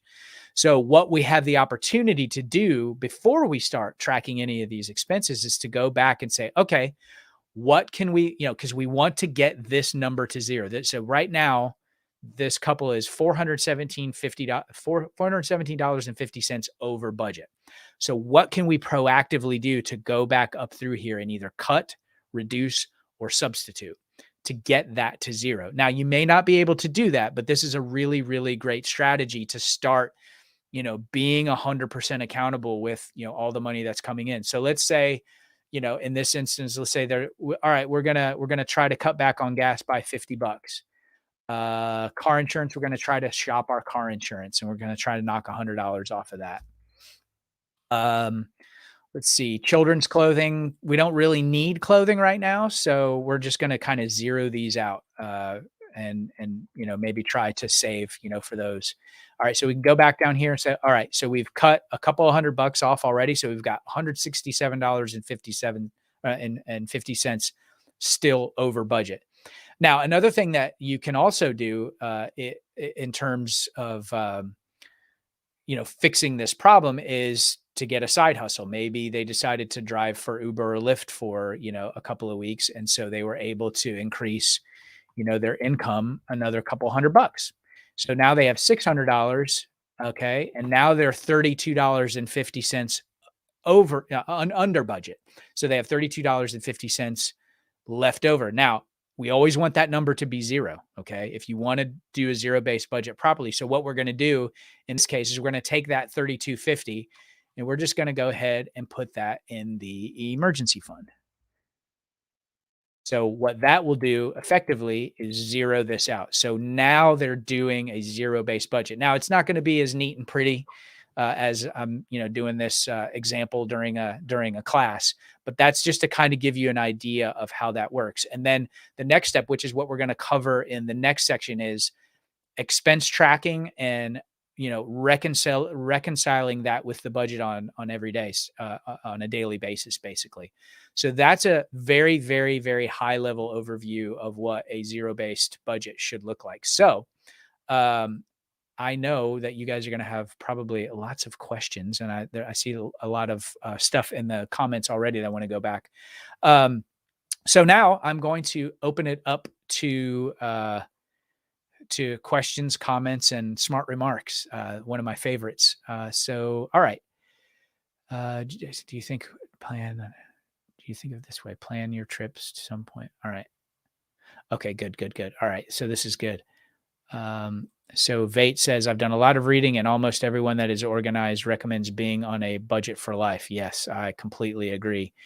That is why I'm here. I actually work for a nonprofit. I am self-educating myself and others and myself. Yeah. And I think one of the things that you'll see if you guys take advantage of getting in the course, one of the things that I talk about, especially toward the end of the course, one of the best ways that you can solidify the skill is to commit to teaching someone else. Now, for a lot of you guys, that means like me, I became a coach, so becoming a coach is another layer of accountability because you're teaching this stuff. So you better be living it. Right. But I would say, hey, sit down with your kids, sit down with, a friend or a family member. I know it can be a little bit more difficult than it's easier said than done. Right. That a lot of times they don't want to hear it. But yeah, teaching it is really, when you have to communicate the concepts and the practices to somebody else, man, that solidifies it in your brain on a whole other level. Just think of it this way. Do you plan trips at some point, or do you just get in the car and see where you end up? The budget is the plan for your money. Absolutely, Jason Klein. That's a great, great comment. Brad has really helped me a lot. Thanks so much, Vate. I appreciate that. And I know that you're, embarking on your coaching journey. And a big part of this community, like I said earlier, a big part of our private financial coaching community is there is that cohort of new financial coaches that are like, when you start coaching and maybe you're, doing content and you're doing videos and you're trying to attract your people, you're talking into a void. And so you don't really know, like, all right, what are the questions that people really ask? And what are the problems that people really have? So that really helps, kind of uncover what some of that stuff. Brad said a budget is a living document. It is a tool that can be adjusted as needed because things can change from month to month. That's absolutely right. Um, it is a living, breathing document. And I'm going to show you in the next section, we're going to talk about 100% accurate expense tracking. and so if budgeting is the teeth of your money, expense tracking are the molars. That's really what's grinding and cutting up everything and making it digestible. And so we're putting it in that, that external brain to where you don't have to worry about money anymore because everything is accounted for. Now, maybe you have a situation where you have a shortfall in income or you lose a job. There are going to be some worries in life. I'm not saying that it's it's a be all end all that's going to get you, get you to have a perfect life, but it will definitely improve your life for sure. Haven't heard of YNAB before, but we'll be searching for that later. I actually have a 34-day free trial. I'm an affiliate for YNAB. So if you want to give it a try for free, I can email that link out to you guys after this if you're interested in trying YNAB out. Highly, highly recommend it. It's also in the course as well, the 34-day free trial. Talking about food is a good idea. I use a calculator at the store, and so you know exactly how much to expect at checkout. Absolutely. I mean, these are the kinds of things that, people that are that are winning with money, you really have to become a student of your money, and you're going to have to spend time doing this. Now the good thing is if you're in our community, you're not going to be doing that alone. People are reaching out, sharing their wins, they're sharing their struggles, they're talking about side hustles that they're getting into, how much money they're making in those. So yeah, do you have funds listed for things? I need to save for in the future? Yes, we have sinking funds for all manner of different, I hear Dave Ramsey say, we have an emergency fund for our emergency fund. That's definitely the case with us. And then we create sinking funds for vacations. I mean, it's great because at some point, you will get to a point where it's like, oh, I have $5,000 in my vacation fund, and we've gotten so good at being minimalistic and frugal that we never spend that much money. So it just sits there and rolls over, or you can, put some of that into some sort of investments.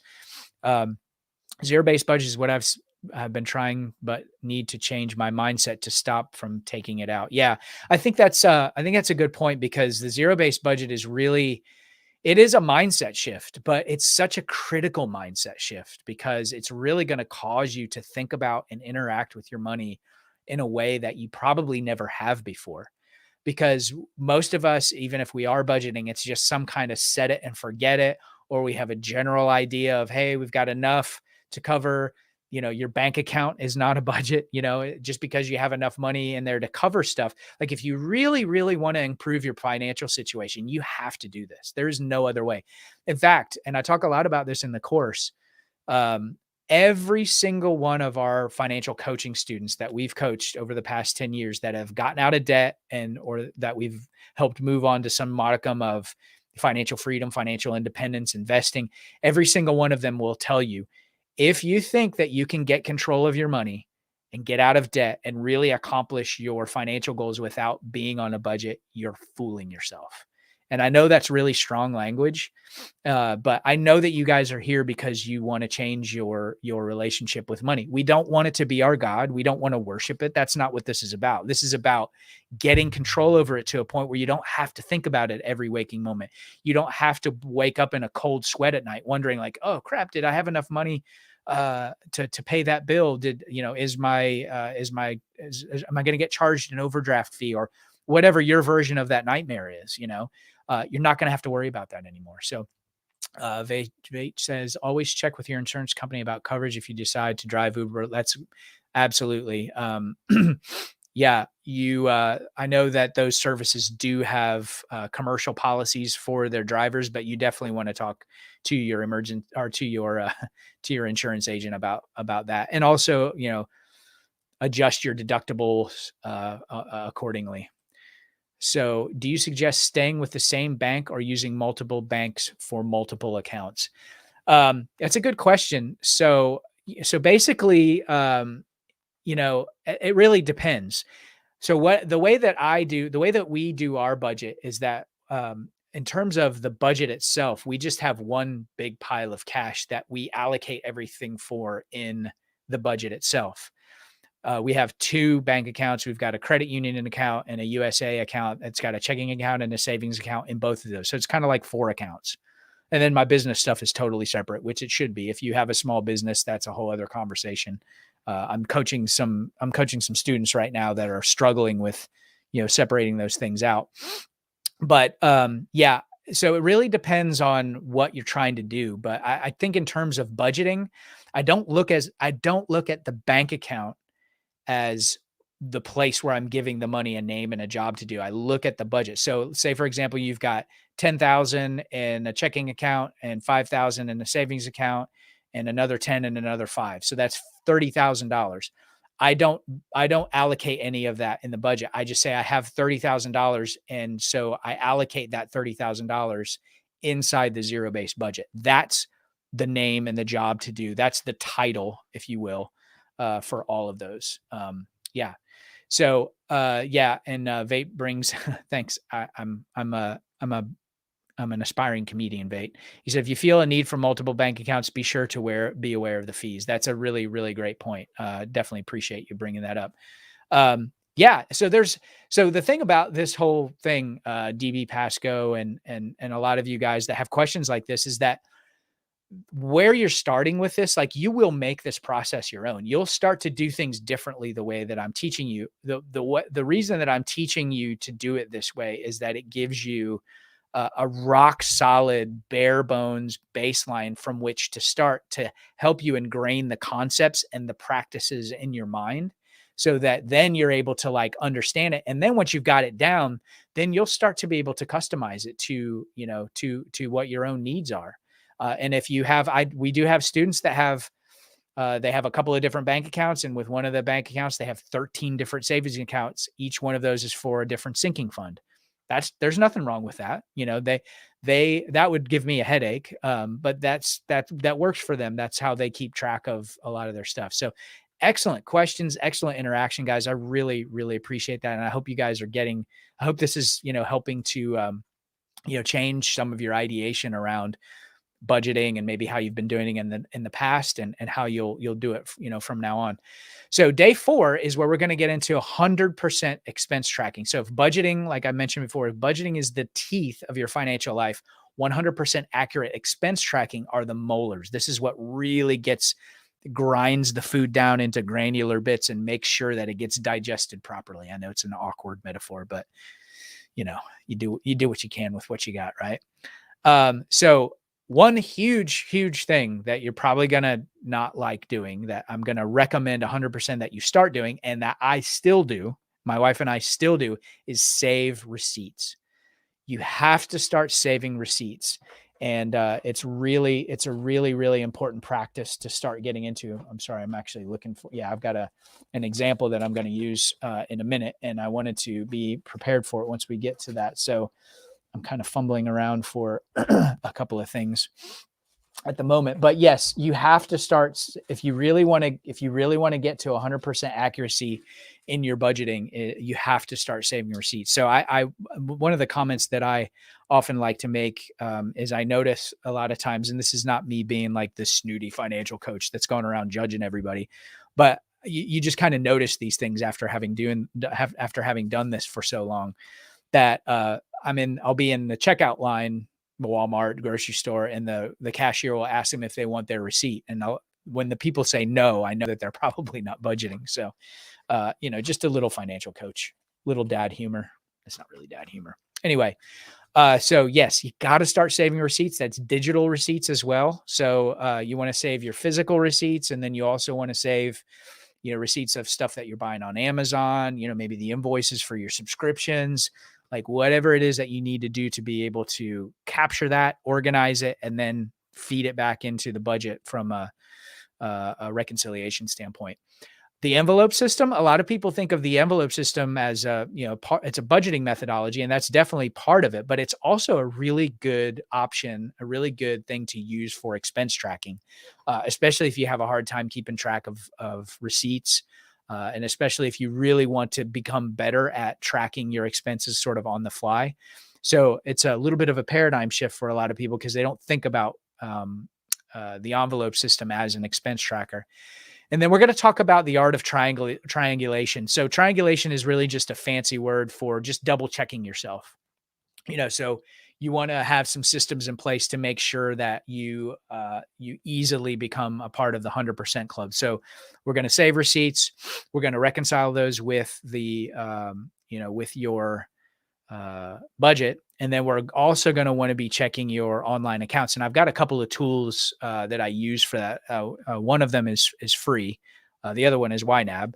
And so let's talk about saving receipts. You have to make this 100% non-negotiable for 100% accuracy. Save all your paper receipts, your electronic receipts. I've kind of gone through all of this already.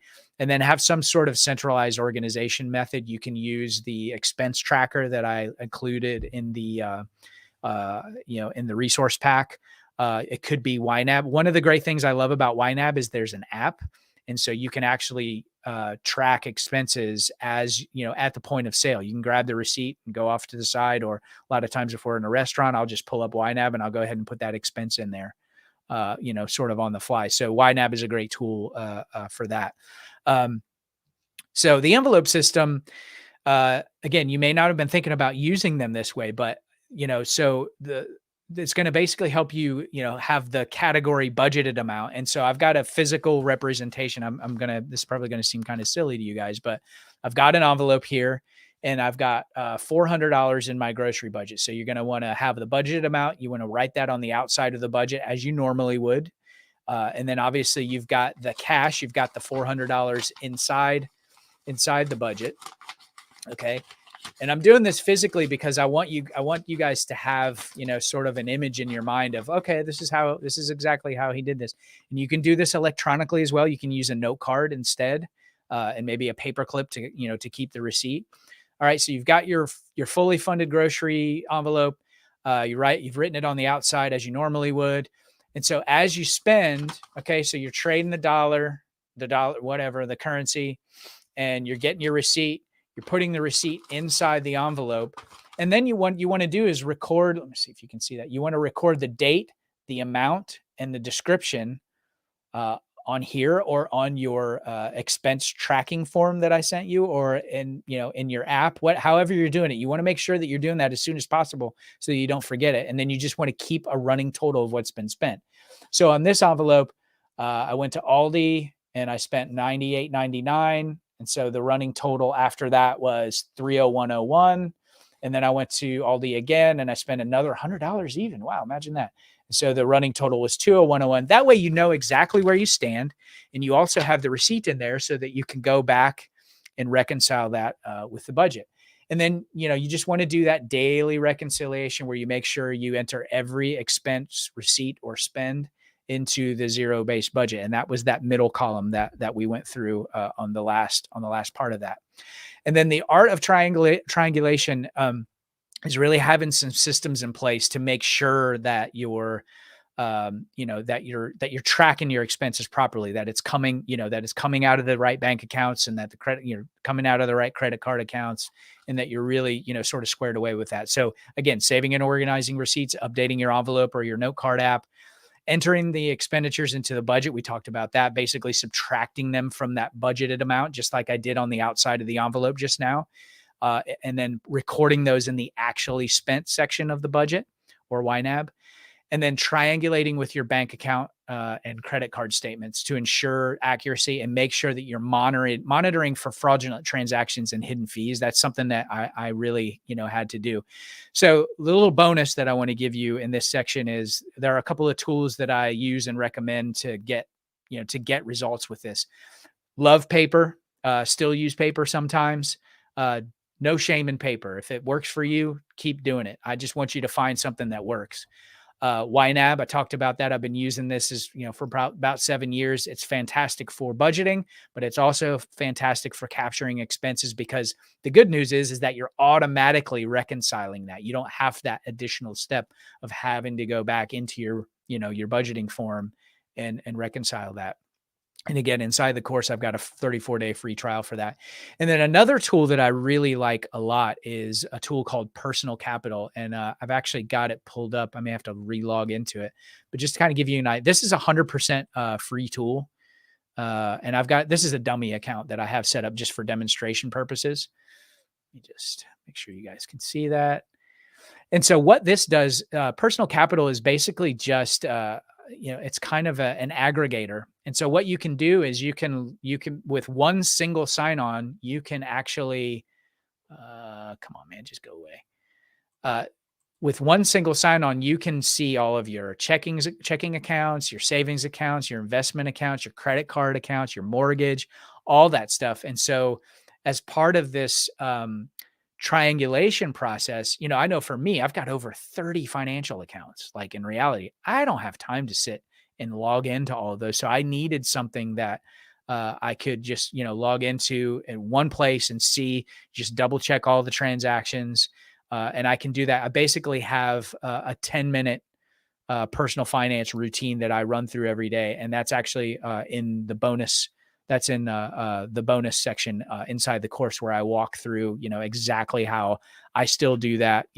We've built well over a $700,000 net worth at this point, and we still do the very, very same thing. So I wanted to show you that Personal Capital. It's absolutely free. I've been using it for, I think, over 6 years now. I've never had any issues. It's a read-only platform, so there's no one's going to be able to get in there and do any, it's read-only access to your accounts. So you don't really have to worry about that. So wanted to open it up for questions and answers. I'm just curious, was any of this kind of new for you guys? Did you, any new concepts? Have you guys used the envelope system or thought about it in that way before? I'm just really curious. So Vate says, have an envelope in the car to stash receipts until you can reconcile receipts from food stores. It can allow you to break out food, cleaning supplies, household supplies. That is excellent. That is a very, very, very good tip, Vate. I think that, whatever it is that you need to do to get to that place where you're like, oh man, I'm saving these receipts. I'm doing this. This is working.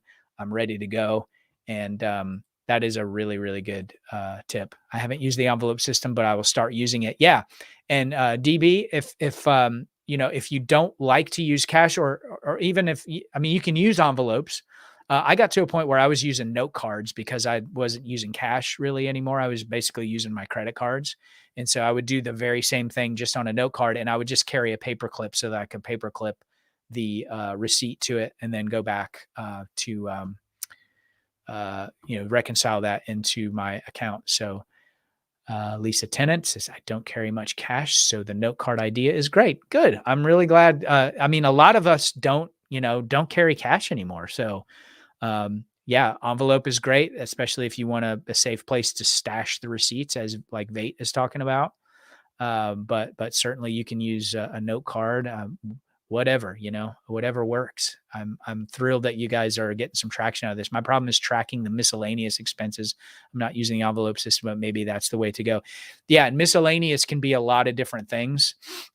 And that may be one of those things where, as you're kind of getting into it and you're going through it, it may make sense to get a second set of eyes on how you're sort of deploying it. That would be a great hot seat segment for you in our coaching community, to be like, okay, cool. I've been doing this for a couple of months and I'm still kind of confused about this whole miscellaneous thing. And sometimes just a couple of sets of eyes or a couple of suggestions are just what you need to kind of help you kind of shimmy up what your understanding is and therefore your practice as well. Todd Westbrook says, what about using Quicken?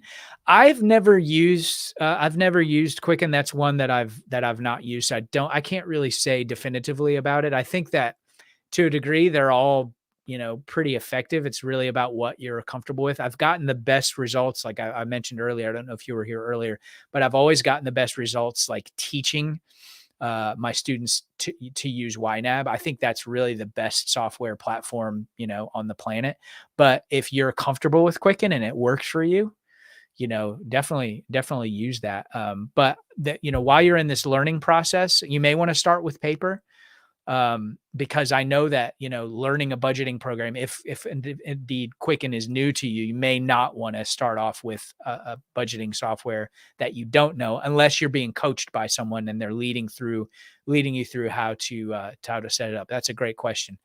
I don't use cash, but writing it down on the envelope will keep me constantly aware of where my budget is. And that's exactly the point, DB. That is a really this is all about, 100% accountability, 100% accuracy, and you will be amazed how much traction you get in your finances just by paying attention to them in that way.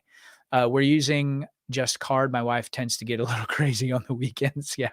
Well, hopefully this will help, rein some of that in, because if you're saving receipts for all that, there's a reckoning that has to happen, for your budgeting meeting. And if it's in the budget, it's okay, but it's all about, that 100% accountability and that 100% accuracy, or even grocery shopping tracking. I can never come up with a right budget for that.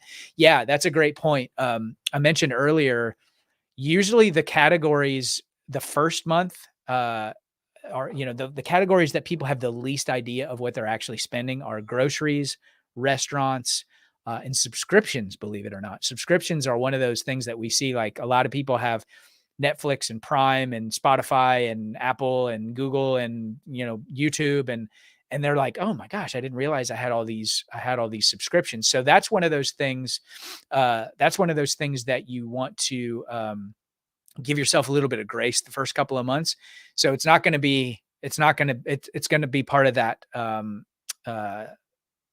controlled demolition the first month. But if you make it a point to be like, okay, I'm going to save the receipts for the grocery store and the restaurant, I have an idea of what we need to stay inside of, but that will definitely, help.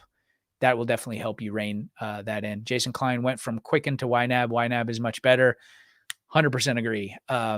Lisa Tennant, can you use YNAB for a business? Absolutely. I use it for my business. What's great about YNAB is, once you establish your account, like, you can have unlimited budgets in it. I actually set up budgets as an example for students. So I've probably got, half a dozen or more budgets, just sort of as examples inside of YNAB. And I use it for my business as well. And the other thing that's really cool is that for Stripe and PayPal, you can set up automations for those transactions to immediately go into YNAB. You have to use a connector called Zapier. Zapier makes you happier. But what about Mint? Mint is fine. We've had a lot of students that have used Mint. It's really what works for you. Again, I think if you're just getting started out, I wouldn't start out with one of those budgeting softwares, but there's certainly no problem with it. I would definitely recommend Paper if you're just getting started out, and then maybe after month 3. But if you're working with me or you're working with us, I mean, I think you can start with YNAB. That's one of those things where I've had a lot of success, because I'm able to guide that conversation and help people understand what things actually are. Because with budgeting, you're learning a lot of different things at one time. And so adding a software layer on top of that learning process can be really, really complicated. Yes. And you can set up a separate budget for personal and business under the same account. That's exactly right. How long do you keep receipts? Through each month or longer? Yeah, I basically keep my receipts. I've got a drawer that they're sort of paper clipped together by month, and I do that just in case, for tax purposes and just record keeping. And then I usually keep those like a couple of years. The business expenses, which, by the way, business is a completely different. It's a completely different balance sheet. It's a completely different budget. We keep those separate. If you do have a business, I definitely recommend that you separate your personal and business finances as fast as possible. I keep those receipts digitally and in a specialized expense tracking app that I use on my phone. I keep receipts until a transaction clears the bank. Yep, that makes sense as well. When using a card, one needs a list or a plan of on what to purchase ahead of time. Do not purchase something just because it's on sale.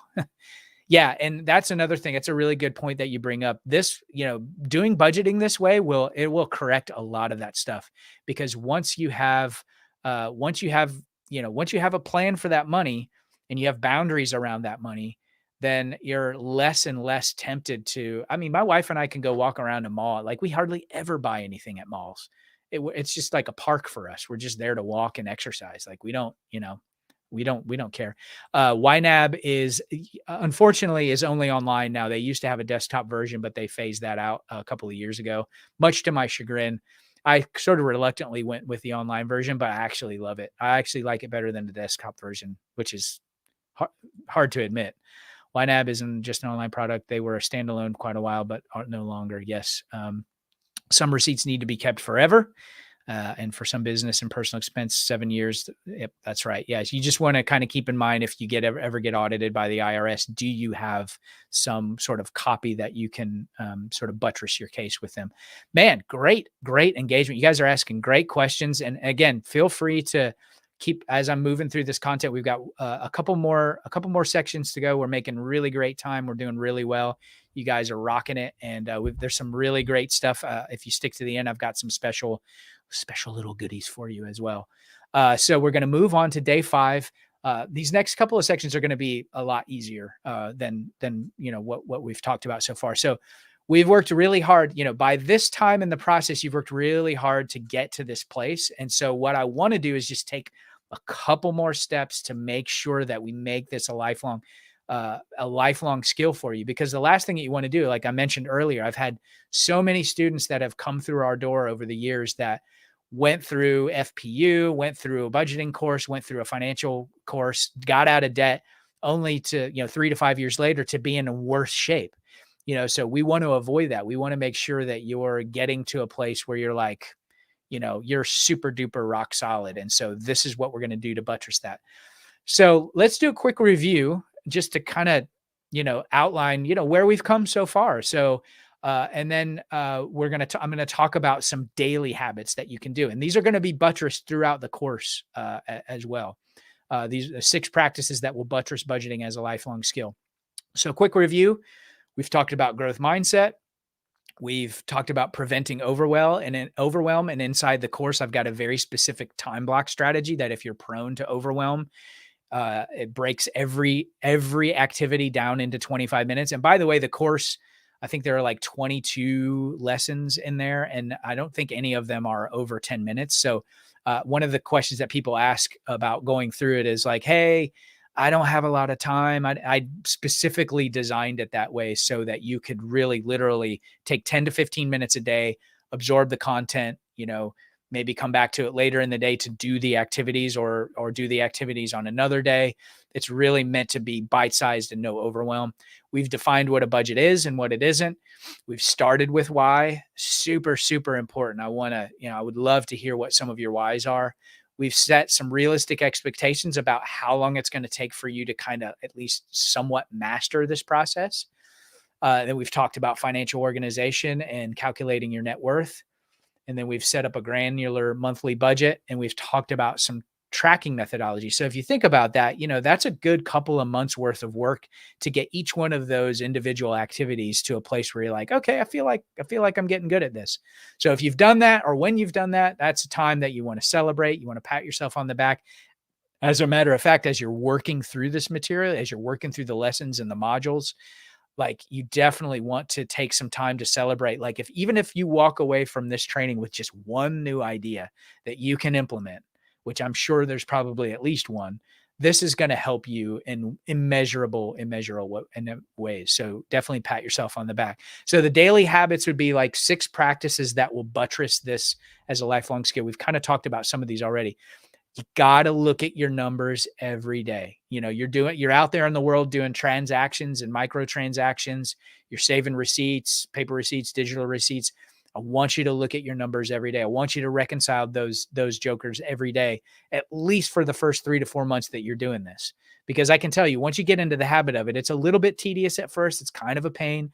But once you get into it, you're like, okay, then you're going to start knowing your numbers cold. Like somebody's going to ask you, yeah, what do you guys pay for trash? And it's like, oh, we pay $62.32 a quarter. Oh, wow. How did you know that? Oh, because I look at my numbers every day, Um, have a weekly budgeting meeting with your spouse or your accountability partner or your financial coach or someone in our community. Um, get engaged in community. So I mentioned earlier, we've got a free Facebook group. A lot of you guys are in that already. There's some moderate engagement in there. I'm open to upping that. It really just depends on how much accountability, how much engagement you guys want to have in there. But I also have my Zero Debt Plus private financial coaching community. I know we've got a couple people that are here on the call tonight that are actually in that community as well. Whatever you do, you got to get in community. You've got to be able to have a place where you can share your wins, share your struggles, ask questions, because you are going to run into situations where you're like, this just doesn't make sense. I don't understand this. I've tried this, but it doesn't seem to work. Yada, yada, yada, on and on and on. So you've got to have some external accountability, encouragement, and then, also just shimmying up your skill set. Like, all right, I've been doing this. I'm not doing this right. I know I'm not doing it right. Show me how to do it right. Continuing education. So once you've gone through this, I would definitely recommend going through another personal finance course. I have one called the 8 Steps to Erase Debt. And the good news is if you go through this 5 days to a bulletproof budget course, you'll already have completed step 1, which is build a budget.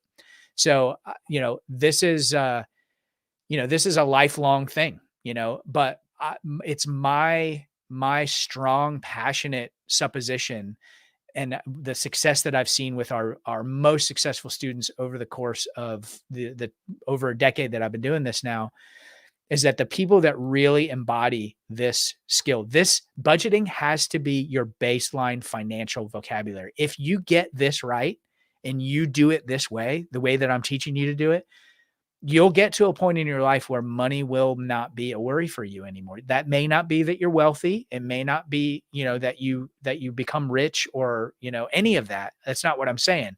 What I'm saying is that you will be able to build buffer, margin in your financial life. And it is an awesome thing to experience. My wife and I have done that and are doing that. And we've watched so many of our students do it. Both, one-to-one students that we've coached over the years, people in our financial coaching community. So continuing education is definitely a non-negotiable. And then a regular strategy review. So this is going to be, maybe your weekly budgeting review with your spouse or your accountability partner or your coach, about once every month or once every quarter. You're going to start knocking down some of these goals. And so strategy, like we talked about, your why is going to start to change. Your strategies are going to start to change as well, especially as you start to get into a posture where you're like, okay, I got to start learning about investing now. And we talk about that in the community. We talk about traditional investments. We talk about cryptocurrencies. We talk about precious metals. We talk about real estate, all the different types of investing, types of asset classes, and, kind of how to work through those and really start to understand in a way that you could explain to a 5-year-old. That's when you know that you're comfortable getting invested in something, is when you can explain it. And then we talked about this earlier, one of the best ways to make this a lifelong habit is to commit to teach it to somebody. Teach it to one of your kids. Teach it to your parent. Teach it to, somebody in your church. Externalizing and having to walk through this process and explain these concepts and explain the why. It's really going to challenge you in a lot of ways. And so I'm not intimidated or closed-handed about, other people becoming financial coaches. I want you to be a financial coach. There are tons of people that that I can't reach and I'll never be able to reach. And with 78% of the population living paycheck to paycheck, there are so many people to help. And if I, in any small way, by passing along this knowledge and this framework to kind of lead people through this, helps even more people, man, that's awesome. That's a huge win-win. All right. So that was a quick little module. So drop your questions, comments, smart remarks in the chat box. And then we're going to move on to the final module. And I think you're going to really, I think you guys are really going to enjoy this, because, man, you've sat through this. I mean, we've been together for, over an hour and a half now, and you guys are trucking through this. So I really appreciate it. So any kind of questions, comments, or smart remarks? I will All right. So I'm not seeing anybody saying anything. So I'm going to go ahead and move on. But if you do have something that as a burning question, don't feel afraid to put it in the comment or in the chat box. So this section or this module is what I call uh I like win-win. Yes, win-win. We love win-win. We're all about that bait around here. So this is called future pacing, what to do next. So we've gone through the 5 steps. So this is what I call the course wrap up. It's really, really important. Item number 4, Todd Westbrook, is expense tracking. 100% expense tracking. That's day 4 of 5 in the five days to a bulletproof budget. And we'll review that again. So what to do next? Continue the momentum. Like once you get in this rhythm, I mean, some of these muscles are going to be really hard to develop. It's kind of like going to the gym. It's like the New Year's resolution. Everybody's in the gym, but you're the one that's going to stick to the gym. You're going to be the one that sticks with the process. And so what I want you to do is once you start getting momentum, don't let off the gas. Share your wins, share your struggles. That's when it's going to be important to have some kind of community. Like I said, we've got our free Facebook group. We've got our private financial coaching community, and don't be discouraged if you're still struggling even after the 3rd or 4th month. I mean, your situation may be very, very complicated. And like I said, especially the situations that we see that people are in where they can't, they're living paycheck to paycheck and they can't pay all of their bills. And we've got to go through some sort of pro rata process with them and really break things down. That's when it takes a lot of brain power to kind of troubleshoot and walk through. So if you're still struggling, it's not all that odd. All right. So number 2, don't do one and done. When you go through this course, it's yours for life. I don't want you to just do one and done. Keep coming back to it. Keep going through it. I've bought digital courses in the past that I've bought one course that I took to learn, when I first started doing blogging and kind of developing my platform. I still go through that course over and over and over again, because every single time it's kind of like the concept of the circular staircase. You're in the same space, but every single time you pass around the circular staircase, you're at a different level of understanding. And so that's going to be the case with budgeting as well. And that's why I think this is definitely a lifelong endeavor. And then the call to action are going to be the 5 things that I think you should do next, to ensure maximum value. So continue the momentum. You may feel like you got it. I would say keep sharing your wins, keep sharing your struggles, go through the process, go through the course again. This is not an easy skill. It's not a no brainer. Don't beat yourself up. Don't be afraid to ask for help. I mean, there's wisdom in that. If somebody can come alongside you, if I can come alongside you, if you're in our private financial coaching community, I offer a free 30-minute, basically sort of troubleshooting call for our students, where we do, basically a mini one-to-one financial coaching session. And these are great places to ask questions of stuff that just don't make sense. And this is where you also want to consider one-to-one or group coaching. There may be just a couple of hurdles that you could use some extra help with, and one-to-one and group coaching is great for that. You can always reach out to me if you have questions about that. Don't be afraid. I don't bite. At this moment, I'm not doing one-to-one coaching for anyone outside of our private financial coaching community, just because of bandwidth issues. But if anyone on this call is interested, I'm actually opening up that community here close to the end of the year. So you guys will be notified when I do that. Would love to have you guys in there. Don't do one and done. Go back through it, periodically, at least once. Even if you feel like you got it, review the concepts. Reconsumption will lead to new insights every single time. Do it on a regular basis. I mean, it's your resource. And so I want you to wear it out. It's digital. It's yours. You can keep logging into it. You can keep, revisiting the stuff. The hallmark of success in this skill set is the repetition of the right skills. And that's really the important thing. The reason that I'm going through such painstaking detail in this process is I want you to develop the right skills. Practice makes permanent. A lot of people like to say practice makes perfect. That's not necessarily true. Practice makes permanent. And what you want to make sure you're practicing is the right stuff, because that's what you're making permanent. You don't want to make the wrong stuff permanent. And so that's why I've done this. The call to action is the 5 things that you should do next to ensure maximum value. Go back through the course again. Download all the resources. I'll show you inside the course itself. There are just tons of great downloadable resources. I'll go to, let's see, we'll go to day 3 and I'll go through the monthly zero-based budget. So this is what, this is what the course looks like. And so inside the monthly zero-based budget, there's a video, obviously, and it's 8 minutes and 59 seconds long. So it's not a long video. I also have it as an audio file. So you could literally take each one of these and download them on your phone and listen to them as podcasts back and forth on your commute or on your jog or on your walk. I also offer the transcript, which is also the blog post piece of that.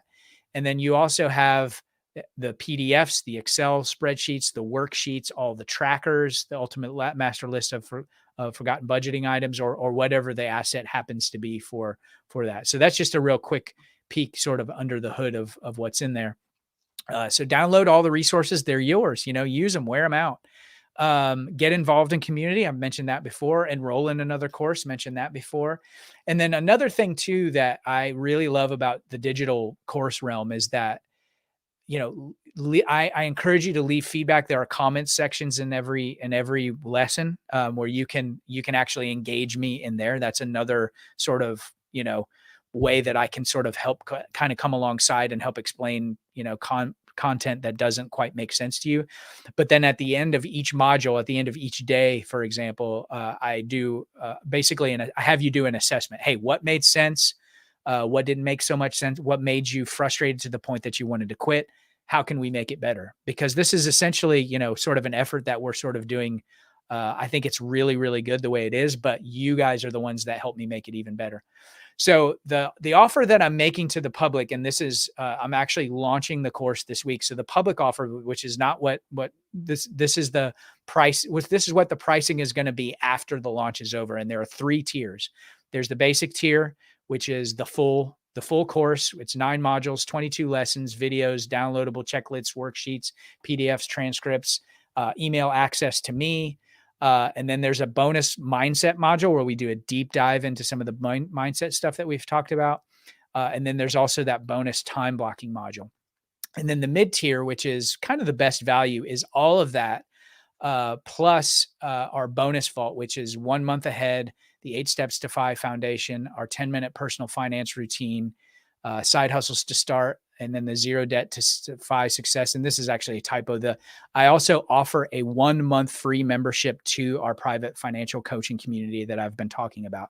So that gives you an opportunity to, get in there, poke around, look at all the resources in there, join us for one of the monthly coaching calls. So if you have questions and you want to be in the hot seat for, the month of December, which I believe, we're doing it. I think it's not this coming Saturday, but the next Saturday, but you have, one free month that you're offered that. And then it's basically $37 a month after that, or you can switch to an annual plan if you prefer.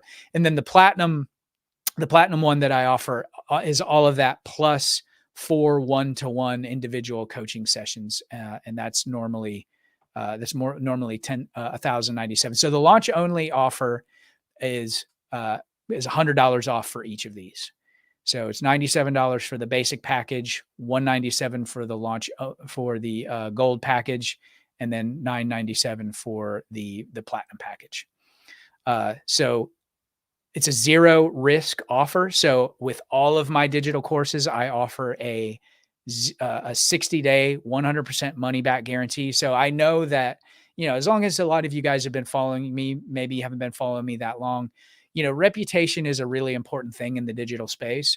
And so what I want to do is make sure that I'm removing the risk for you. So I think this is an amazing offer. I think you'll agree. I mean, obviously this free training, I've basically tried to lift the hood as much as I can without keeping you guys on here for like 6 hours, of, what's under the hood. But what I want to do is give you the opportunity to try it, like buy the course and try it out for 60 days. And that for any reason or no reason at all, within that 60 days, if you send me an email and say, hey, this just wasn't what I thought it was. Hey, I don't like your haircut. Hey, I don't like you after all, or it didn't, whatever the reason is, you don't even have to give me a reason. Just send me an email and I will give you your money back. No questions asked. So I wanted to, kind of wrap this up by talking about results again. And one more little motivational thing that I kind of want to give you guys as we go through the end of this. So we talked about this at the very beginning. Here are some very conservative results that are achieved by our budgeting students within their first 90 days of budgeting. They're usually able, and I talked about this before, they're usually able to save or find or earn an extra 1 to 2K their very first month. So, in other words, if you go through this process, I'm just about saying, like, if you can't find or earn or save an extra $1 to $2,000, then maybe I haven't done my job, as a coach in teaching you how to do this the right way. Month 2, they usually see an additional 1 to sometimes 3. And again, these are conservative. We've got students in our community and students that I've coached 1-to-1 that blow these results out of the water. So those are very, very conservative results. And then usually by month 3, we're at an additional 5 to 6K that they've either, cut out of the budget and saved or earned, or in some other way have procured to add to, paying off debt or their investment pile or whatever. And then I think from an emotional standpoint, the big thing about this, the big why is, just all about how it makes us feel at the end of the day. Like, obviously we want to talk about the numbers. We want to talk about those kind of results, but we want to talk about, like, the whole reason that you're here probably is that you've never been good at budgeting, or you want to learn how to do it the right way so that you can worry less about your money. So we see less stress. We see less financial worry. People finally start to have a sense of hope about their financial future. They feel much, much more in control of what's coming in and what's going out. They're able to make clear decisions. A lot of people say they feel like they got a raise going through this. Their relationships are better. They're more effective at work. They're able to dream again. They're able to think more creatively and dream about the future again. So again, that's the launch only offer. That's actually good until Friday midnight, and then I close the cart, and this pricing goes away. It goes up to the normal pricing. And again, it's no risk. So no risk to you guys. I really would love for you to get in there, start doing the exercises, leaving feedback in the comments section. There are people, a bunch of students in our private financial coaching student. I think about 8 people in our private financial coaching community out of the 35 that are in there right now are going through the course as we speak. They're interacting and leaving the comments and things like that. So the call to action is, no matter what you decide to do about this, obviously I would love to have you in the course. I would love for you to really, get in there and make sure that you buttress this skill set for the rest of your life. But whatever you do, I want you to walk away from this call and take action, with what you've learned here. Take action. If you're scared, if you're a perfectionist, I want you to punch fear in the face. Commit to failing forward, because you're going to. This is not going to be comfortable. This is not going to be necessarily easy, but I want to provide a bite-sized, granular, resource for you to be able to be like, okay, this is my roadmap. This is my guide. If I do this and complete this and understand this, then I can move on to this. But commit to failing forward. Own your story and run your own race. Nobody's story is exactly like yours. And so that's okay. There is actually strength in that. And there's a lot of encouragement as you share your story with other people as you're going through this process. Start messy. It's not going to be clean. It's not going to be neat. And you're probably not even ready to do it. I have students all the time that say, hey, I don't make enough money to get on a budget, or I'm going to start early next month. No, you got to start right now. You got to start messy. You got to start before you're ready. Do it scared, but do it. And I promise you, if you take this step and you do this exactly the way that I lead you through it, everything will get better from this day forward. You may have some setbacks. You may have some things that come up that are unexpected, but you're going to have a rock solid budget that's going to help you deal with those. So I wanted to open it up for questions. I see that some of you guys, had some additional questions.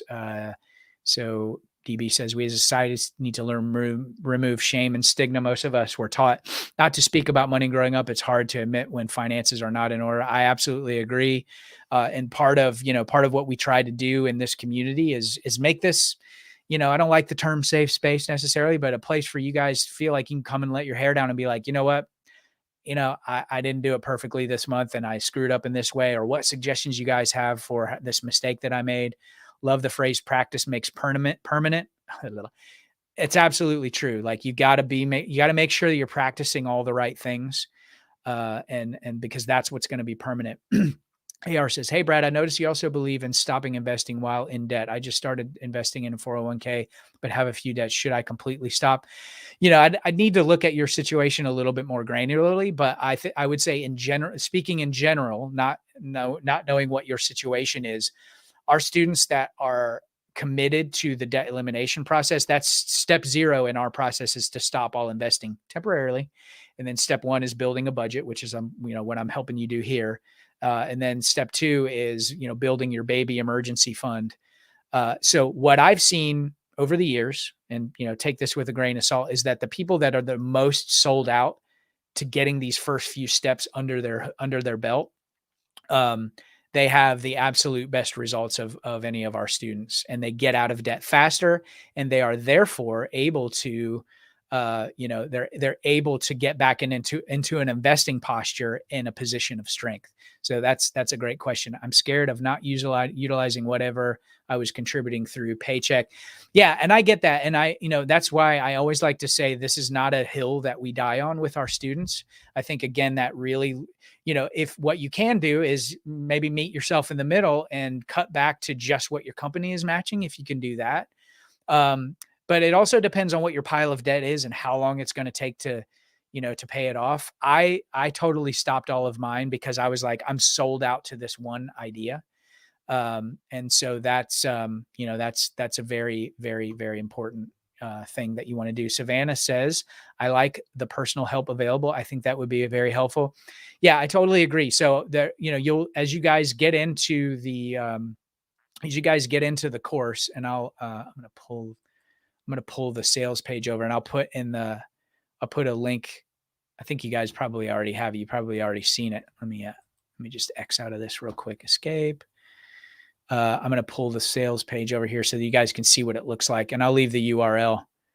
I'll leave the URL in here as well. So this is, basically the sales page. And this has all the offers in it. And obviously these are always long, but I outline all this stuff in the, in the sales video at the top. I kind of walk through a lot of my story. One of the things that's really cool, and you'll see this because you guys are all in the email sequence for this launch. One of these is actually the table of contents. So this video goes through the actual what's in all of the modules. It's called the transformation roadmap. It's the course outline essentially. But Savannah, to your point, essentially what you can do is you can utilize the course as sort of coaching light. So if you go through a lesson and you're like, something didn't quite make sense, I would definitely encourage you. And I actually prompt you in each lesson to, hey, leave a comment. There's a call to action at the end of every lesson. And I encourage you guys to leave comments in there, and ask those questions and, go through the process. Let's see. So yes, the personal help is definitely very helpful. And if you, like I said, if you buy the middle tier, the the gold tier, that actually includes 1 free month of our private coaching community. So that would be another way. Like I said, all of our students that join the community offer a 30-minute one-to-one coaching call with me, just to kind of learn a little bit more about their situation, and not anything too intense or too deep, obviously, because you can't do a lot in 30 minutes. But yeah, that would be, if you wanted to do that, that would be one that you'd be able to take advantage of that offer. Todd says, why not 90 days instead of 50? As you say, the first 90 days are critical. Not sure. Not sure I understand the question, Todd. If you could, why not 90 days instead of 50? As you say, the first 90 are critical. Yeah, I'm sorry. I do believe that this is a 90-day process, if I'm understanding the question correctly. So yeah, if you can restate the question, I would love that. Are these one-time pricing? Yeah, this is a one-time price. So basically I'm launching the course to the public this week. And so after midnight Friday, this pricing goes away. And the pricing for the basic will be $197.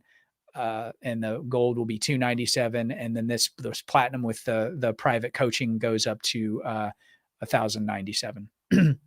So, all right. Yeah. So that's a good question about pricing. Savannah, I'm 61 and never had a formal budget. I've survived, but could have had a much different life, hoping for a brighter future. Yeah, Savannah, there's a lady in our private financial coaching community who's 60. No, I'm sorry. She just turned 70, and same situation. She's never been on a budget. She's never she's never had, any kind of financial acumen. It's amazing to see. She's in this course. She's following everything that we're doing. She's got more financial control and more buoyancy in her life. I mean, she's basically on fire. It's really, really awesome. She is having a great time.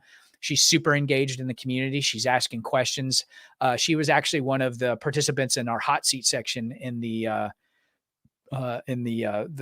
monthly coaching call that we do with our private financial coaching community. And I was able to walk through her entire situation and just kind of help her troubleshoot some things and kind of adjust some of her ideation around all that. Are they accessible for life or a year? No, any of my courses that you purchase, like the 8 steps to erase debt or 5 days to a bulletproof budget, you have lifetime access to them. I don't do the annual thing. I have, I know that there are some content or some course creators out there that do that model. And I don't think that that's a good model, because there are so many different seasons that people go through. Like, you may go through this once and get it to a place where you're like, okay, the wheels are on the wagon. They're a little bit jangly, but I've got it. And then you might have to take a break from it for a while, but you're still working on your budget. And then you can come back to it, 30 days later or 90 days later. And then, okay, then you get to the next level. And then you're like, hey, you know what? New Year's resolution, let me go back to this, let me go back to this and make sure that I'm, getting everything that I need, or that I'm doing everything right, or make sure that I can sort of, take this to the next level. I want you to have access to this for life. Yeah. So you have lifetime access to this material. So, yeah, definitely would love to have you guys in the course. Again, it's a 60-day money back guarantee. So you don't have, I have yet to have anybody ask for a refund for any of my courses. Let's see. Sorry. I'm fumbling all over apologies. Related to the 60-day guarantee. Why not a 90-day guarantee? I just see that, usually with most people, they kind of know within the first 60 days, whether this is going to be a good fit for them or not. That being said, if you need to take 90 days, I mean, we can sort of take that on a case by case basis, but it's my strong belief that, if you really get in there and you dig into the material, you're going to get results, really fast. And so, and again, you should probably know within the first 30 days, whether it's going to be for you or not. So yeah. And like I said, I've never had anybody ask for a refund for any of my courses, but I'm completely willing to do that. You have to do that in this online space as, sort of a reputation thing. So yeah. So what other questions, comments, smart remarks? I'm curious to see, like, what are some new insights that maybe some of you guys had yeah. So, sorry, before I go that, yeah, Todd asked, apologies, related to the 60-day guarantee. Why not 90? It's a pretty standard, the 60-day money back guarantee is pretty standard in the industry. But like I said, if somebody reached back to me outside of that 60 days, obviously I don't want to broadcast that to the universe, because you don't want people just signing up to scam you. But I believe that you're going to see the value in this well within inside that 60 days. And if you don't, that's okay. I mean, I want, as a results oriented financial coach, like, I wouldn't feel right keeping your money for something that's not going to work for you. So yeah, there's zero risk. So this is the URL for the sales page that I was just showing you guys. So yeah, would love to have you guys in there. Again, the card is open until midnight at this price Friday night. Obviously, I would say, like I encourage you at the end, like don't delay. If you're thinking about doing it, I would say do it. I mean, this is basically as made for you as I could possibly make it. And so also so this is, so this is kind of like a look under the hood of what it looks like inside the course. There's the introduction and foundations, which is a module. I've got a bonus module, which is, really how to get your mindset right. And then we go through, there's another bonus module called the 25-minute time block strategy. And this is really great for students. A lot of students in our community have used this, especially in the organization phase, because they're like, as soon as they, kind of get into that, they're like, oh, okay, I'm really disorganized. This is going to take a few days or a few weeks. And so they'll start to use those time blocks to kind of just block time out and get as much done in that time block, and then move on to something else or move on to another time block. So you've got that in there. Lisa says, feeling hopeful. I'm so glad, Lisa. That is, for me as a teacher, like that's one of the biggest hopes that I have for putting my free content out there, for doing these workshops, for, working with my one-to-one coaching students and my group coaching students, is that you latch on to like at least one concept, that you walk away from this, whether you buy the course or not. Of course, I'd love for you to do that. I think it's a great value. But I want you to walk away and get on a budget and change your life for better and for good. And then, getting back to what's inside the course, there's day one, which is future pacing, beginning with the end in mind. That's where we're going through, starting with why, setting the expectation with the first 90 days is going to look like, the budgeting definitions. I go into much, much more detail than I was able to do during this live training. And then the art of interruption. This is where we go through the financial organization piece. We talk about, how most people, I'm curious. I've never heard any other financial coaches or personal finance people talk about, break a budgeting process down in this level of granularity. There may be somebody doing it, but I just haven't heard it. And then day three the day three module is, that's the behemoth. And that's where we're walking through, the introduction to cash flow. I walk you through the quick start budget, the monthly zero-based budget. And then I basically go through and say, all right, here's what a month one budget is going to look like for you. And I go through, it's basically a screen capture of, basically what a typical month one budget looks like with one of our one-to-one financial coaching students. And then the next lesson is month two. And we go through, all right, this is what month two usually looks like. You got some of this stuff right. You didn't get some of this stuff right. That's okay. We kind of keep pressing forward. These are some of the things that you can expect. And then month three, once things, you start to get into a rhythm, you start to be able to track your expenses. You're kind of looking at all that. And then also, I have a lesson about YNAB, so that you can kind of look at that and basically the way that I set up YNAB is exactly how I set up this zero-based budget. And also the world's easiest budget, this quick start budget, they're all set up. It's the cadence and the titling of the categories and the subcategories are exactly the same. So it's all, it's all got that, sort of, same theme throughout them. And then the next module is the accuracy bomb, 100% expense tracking club, how you never miss another expense. And then we talk about, future pacing, and then we wrap it up with the course wrap up. Now for the middle tier, the gold tier, there's also almost basically a whole other course that you get, the bonus vault. And these are kind of like next level skills. So this is basically like, all right, once you get your budget down, these are some of the next things that you're going to want to be talking about. And you may be thinking about some of these sort of concurrently as well. So we do what's called the 1K in 30 days savings challenge. And this is kind of a repeatable process that we teach our students on, how to constantly be increasing their income, not necessarily doing more work. The next bonus is kind of an overview of our 8 steps to erase debt, foundations of FI process, because this budgeting process really is step 1 of the 8 steps to erase debt, foundations of financial independence. And it really is, it is your foundation for financial independence. So if you get this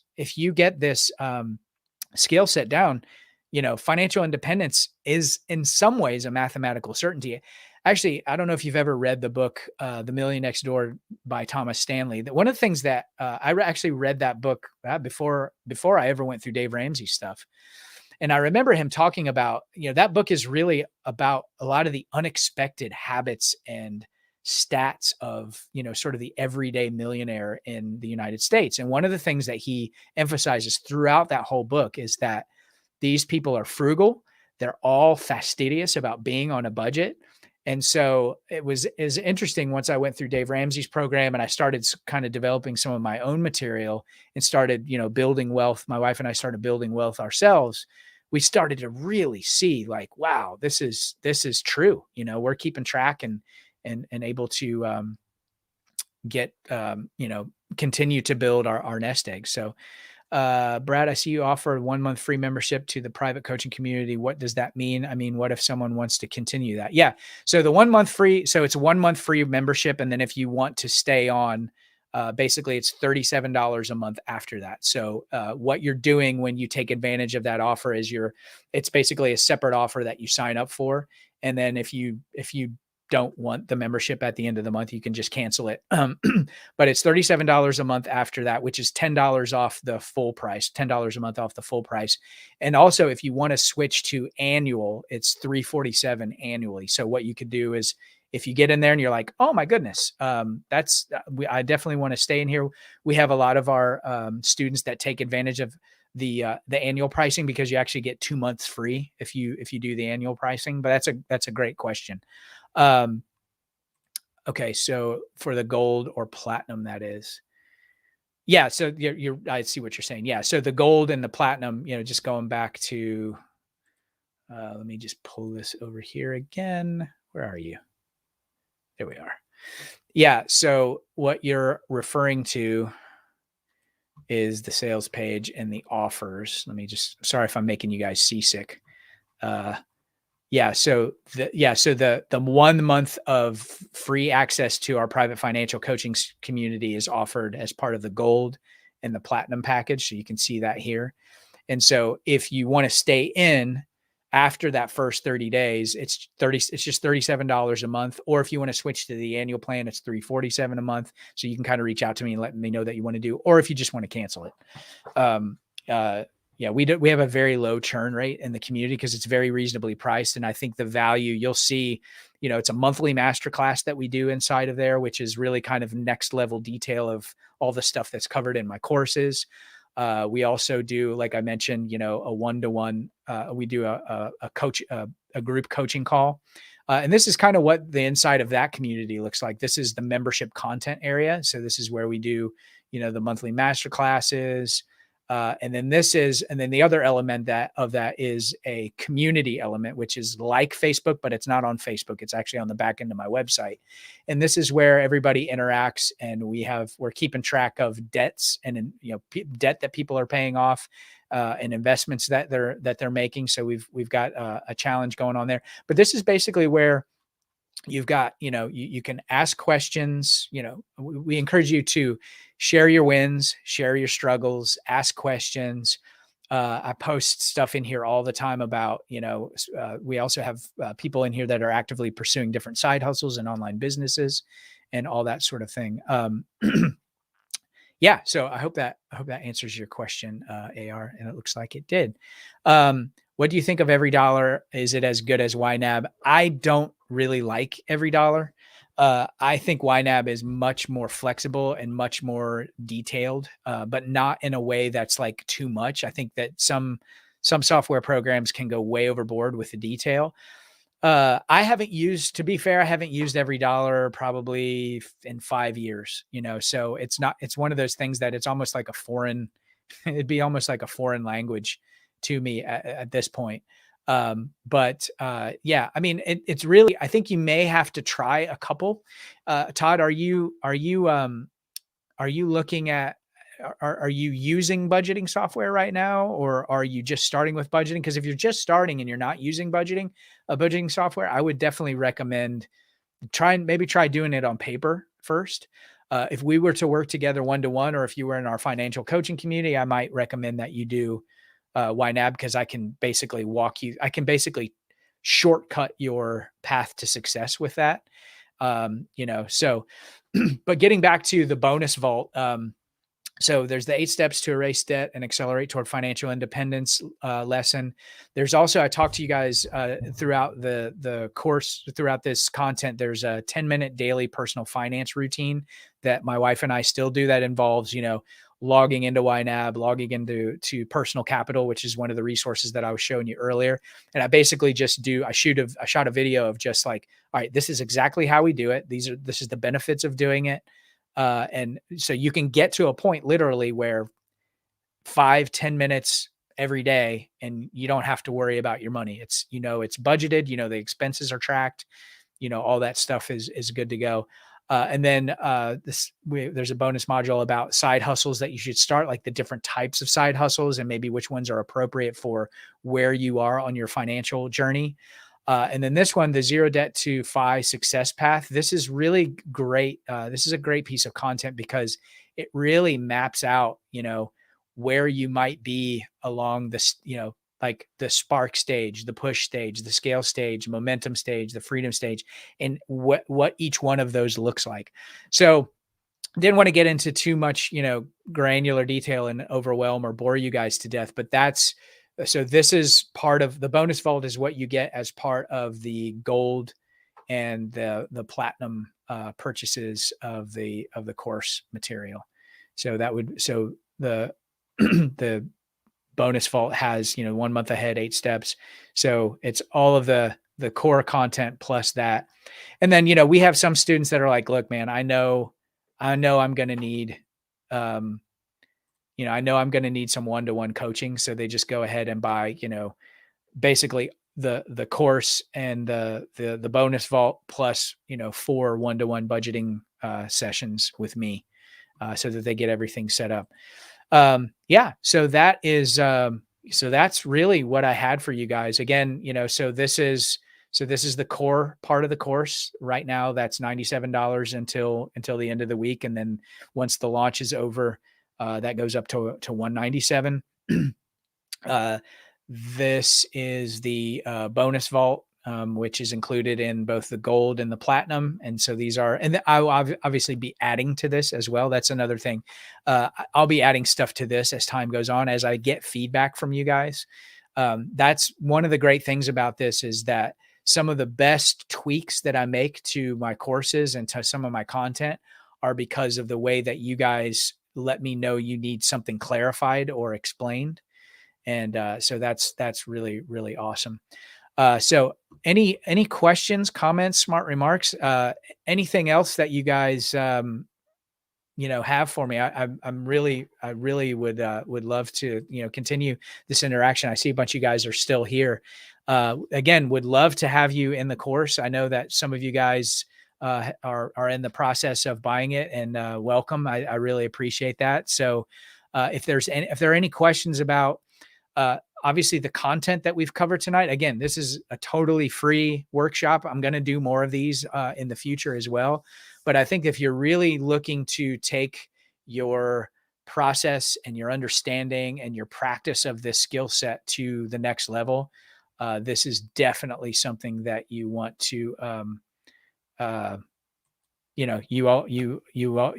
you will definitely take your budgeting to the next step. Sorry, I just got distracted by an email that just came in. So, so it looks like, we've got a few new people that just, that just enrolled in the course. So this is awesome. Excellent, excellent, excellent. So, additional questions, comments, smart remarks, anything else that you guys want me to cover here? And again, this is the private financial coaching community, which is Zero Debt Plus. There are 2 elements to that. There's the membership content area, and this is where the monthly master classes are. This is where you can find out about when our next live coaching call is. We typically do that once a month. Actually, in January, I'm going to ramp that up to once a week, just while people are trying to get their New Year's goals and all that stuff in order. So we'll be doing it once a week during the month of January. So this is a great time to get in. And let's see. And then I also record the calls. So we have a whole vault of past live calls.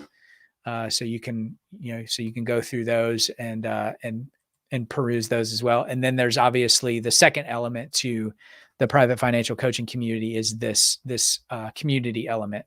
And this is where you can get in there and you can share your wins. This has been really, really great for a lot of our students that are in the course and they're trying to get clarifications, or they're coming in like, Alan Shorter, he enrolled in the course and is loving it. It's blowing his mind.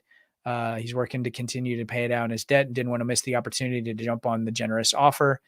And then, every month I do sort of a roundup of all the debt that everybody's paid off. And we kind of go through that. So it's a great place to share your wins, share your struggles, talk about any side hustles that you're trying to start.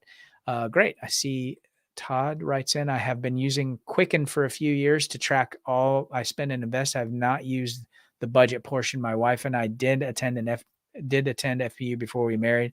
Now our finances are in Quicken. Yeah. And if that's working for you, that's great. You can still take, all of these practices and principles that I went through here tonight and apply those, whatever tool. I mean, these are really sort of tool agnostic.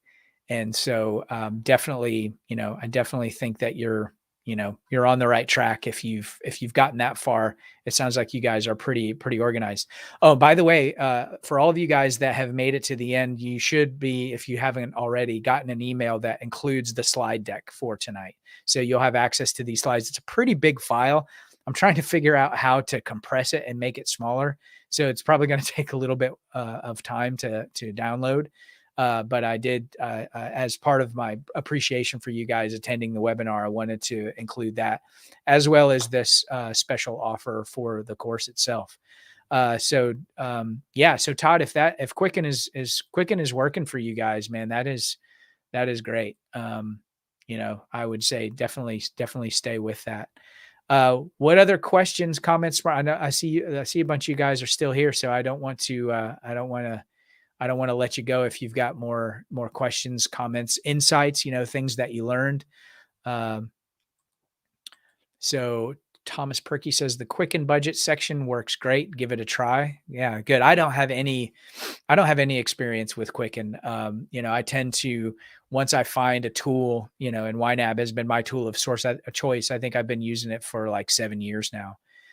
So it's been awesome. And we've led a bunch of our students, almost 100% of the students that I coach one-to-one are actually on, on the thing. So thank you so much. I'm ready to start working with you. That's awesome, Savannah. You are, you're going to do great. I think there's just, there's something to be said, just get to the point where you're like, okay, I've tried it my way. I'm ready to surrender to a process. I mean, there's, it's interesting because some of the private one-to-one financial coaching students that, when I start with them, it's usually one spouse that's on board and the other one that's kind of like dragged kicking and screaming to the process. And they're the ones that it kind of usually takes a little bit of time for it to settle in.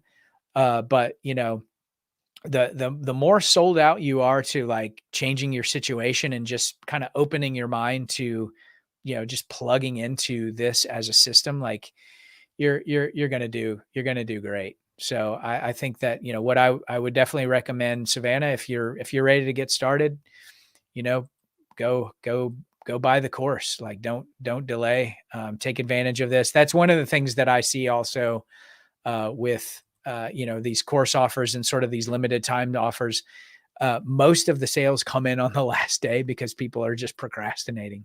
And so certainly with, our finances, that's one of the biggest dangers that we're in is not making sure that we're jumping on this right away. So like I said, in sort of the final, this final part of the class is that, don't delay. Like whatever you decide to do in terms of embracing this material, like make sure you do something immediately. And I think the easiest thing for you to do would be to take advantage of one of these offers. The price I'm never going to offer it for this cheap again. I mean, I could easily charge $300 just for the basic. I mean, when you go through there and you actually see, when you go through it and you actually see what's in it, I mean, I think you'll be absolutely, blown away. And so AR says, "Thanks, Brad. I'm going to sleep on it tonight. Most likely sign up tomorrow. Not sure which package I'll go with. Looking forward to finally learning how to budget. Yeah, and excited to have you in there. And again, just so you guys know, I offer a 60-day money back guarantee. So if you get in there and you're like, man, I just isn't what I thought. This is a lot of hype. I'm sure that especially if you've stayed this long, and I know I see a bunch of you guys are still here. I'm assuming that this training has been, valuable for you, and hopefully my own, personal process and just the traction that, we've gotten with our students from a coaching perspective.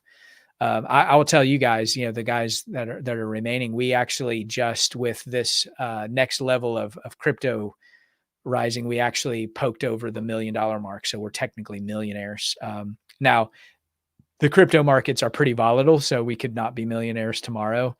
But we've gotten to that place where I can pretty confidently say that we've passed the $1 million mark. So my passion, my heart in all of this is that you get this skill set down so that you can work ever closer to whatever version of financial independence that you want to get to, because it's awesome. And I'm not going to say that our life, like we don't have any problems or this solves everything. It doesn't, but I can tell you that we've just continued to do this basic blocking and tackling stuff. And so we've built a lot of space between us and what Dave Ramsey calls Murphy.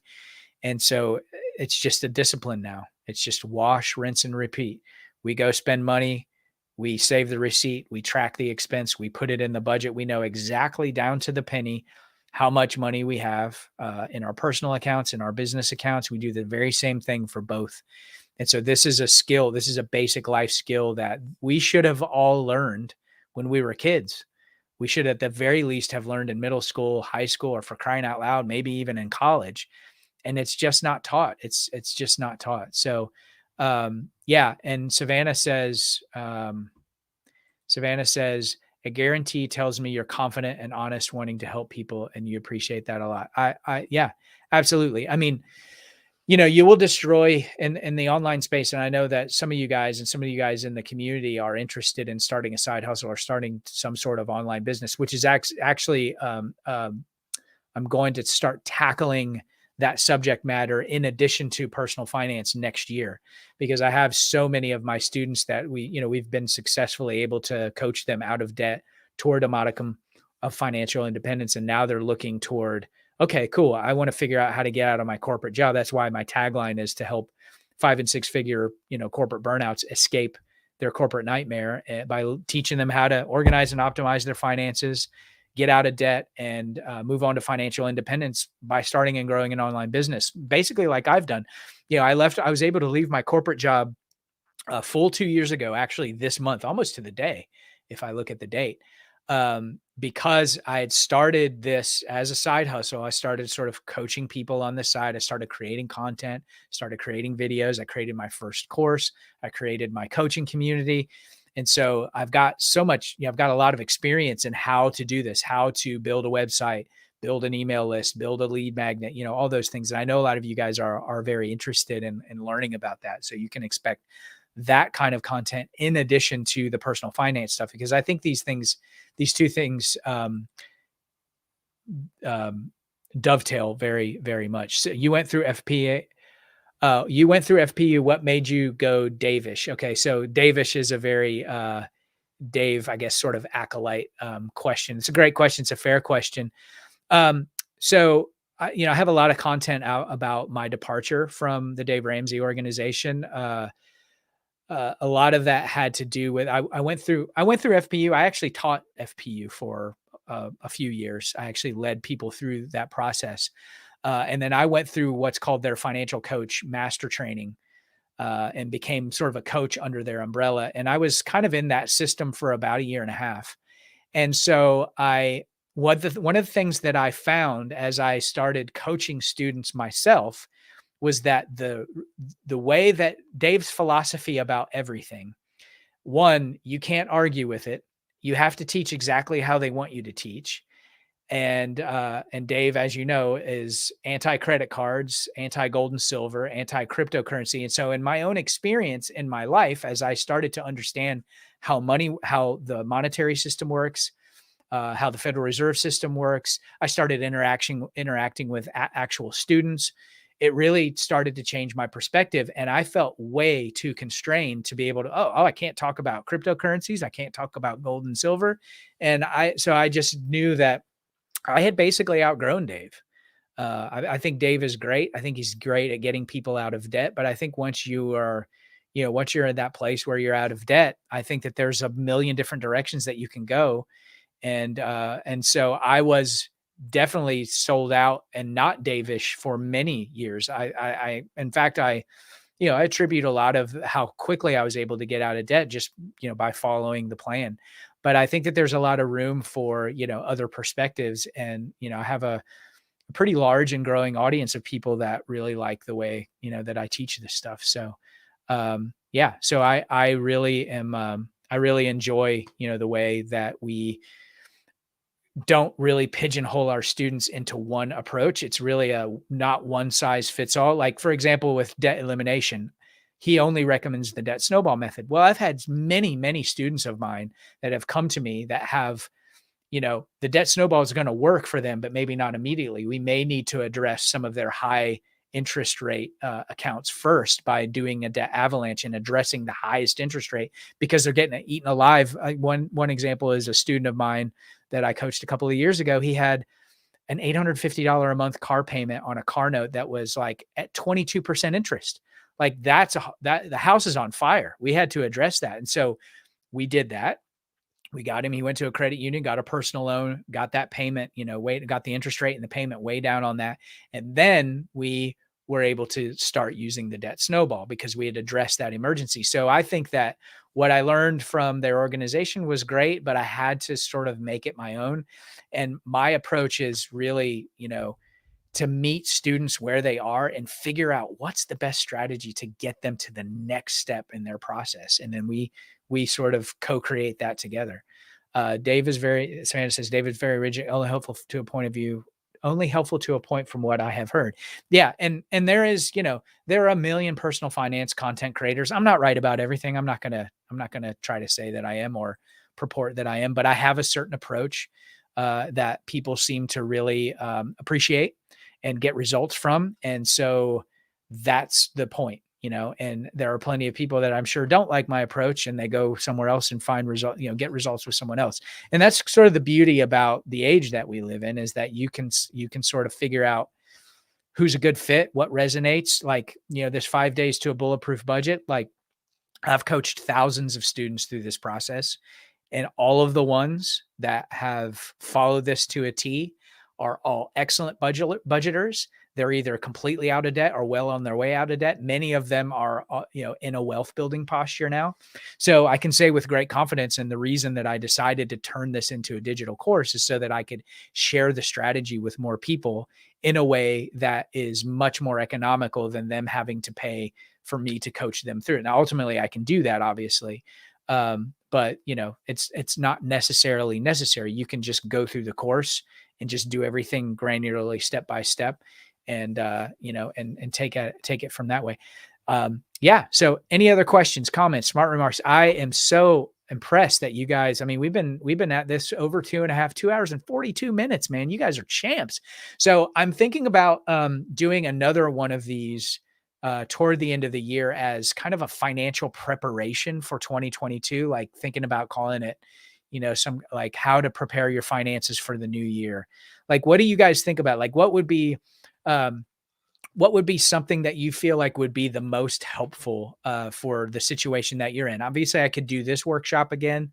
And even if you've bought the course and you're going through it, it's always good to repeat and hear these things over again, because I'm sure I'm going to say something that, maybe you haven't heard in a while or that you've never heard. But in terms of putting together another one of these workshops as we close out the year and you guys are prepping your finances for your goals for 2022, like, give me some ideas as to what you feel like would be helpful. Like, Should I go through my 8 steps process? Should I go through a combination of this budgeting process and the 8 steps so that you kind of have sort of a framework to get your finances organized for next year? Um, should I do a dance? Should I jump up and down on my chair? Maybe do a handstand? I'm also a guitar player. I could entertain you guys that way as well. It's not outside the question. I could get the guitar out and, I used to be a professional musician, actually. I don't know if a lot of you guys know that, but, yeah. Okay. So if there are no other questions, comments, or smart remarks or suggestions, stay tuned. Would love to have you in the course. I don't want you to feel pressured by that. I really, my heart in this is for you to walk away with a framework, whether you buy the course or not. I think the course is really just going to, outline this for you in ridiculous detail. And so, I think that that's really going to kind of it's going to, kind of take your understanding to the next level a lot more quickly and really shorten the length of time that it's going to take you to kind of get this as a lifelong skill set. But I'm dying to hear about the results that you get. So I would love to hear from you via email. Obviously, if you're in the course, I'll hear from you in the comments section. But if you're in our private Facebook group, if you wind up joining our private financial coaching community, I'm sold out to getting you guys results, in this new year. I'm super impressed that you were willing and able to join this a couple of days before Thanksgiving. That shows me that you're into this, that you really want to make a difference in your personal finances, and it's just such an honor to lead you through this. I really appreciate your attention. I know there's like a billion other things that you could be doing right now, and so stay tuned. I'll actually be cutting this up and putting this workshop in the course, the core part of the course as well. So you'll get to see all of this again, minus, some of the frivolous stuff about me making jokes about, dancing and jumping and all that sort of thing. So Savannah says, thanks again, Brad. I hope to see everyone in the community. Yes, we hope to see you too. Thank you so much for hanging out. It's great to see you. AR says, I never say no to listening to a good tune, but let me get the budgeting first. See you on the other side, Brad. Absolutely, AR. Great to see you guys. Thank you so much for showing up tonight. If you do have questions about the course and you want to email me about those, I'll be communicating with you throughout the rest of the week, obviously, as well. But stay tuned, watch your inbox for the slides as well as, the offer for the course. And I hope this was helpful. I want to hear your stories of how you're slaying the budget dragon. And keep me posted, guys. I appreciate it. See you very soon, and keep me posted on how I can help you. We love you guys and we appreciate you, and have a great and happy and safe Thanksgiving. Take care.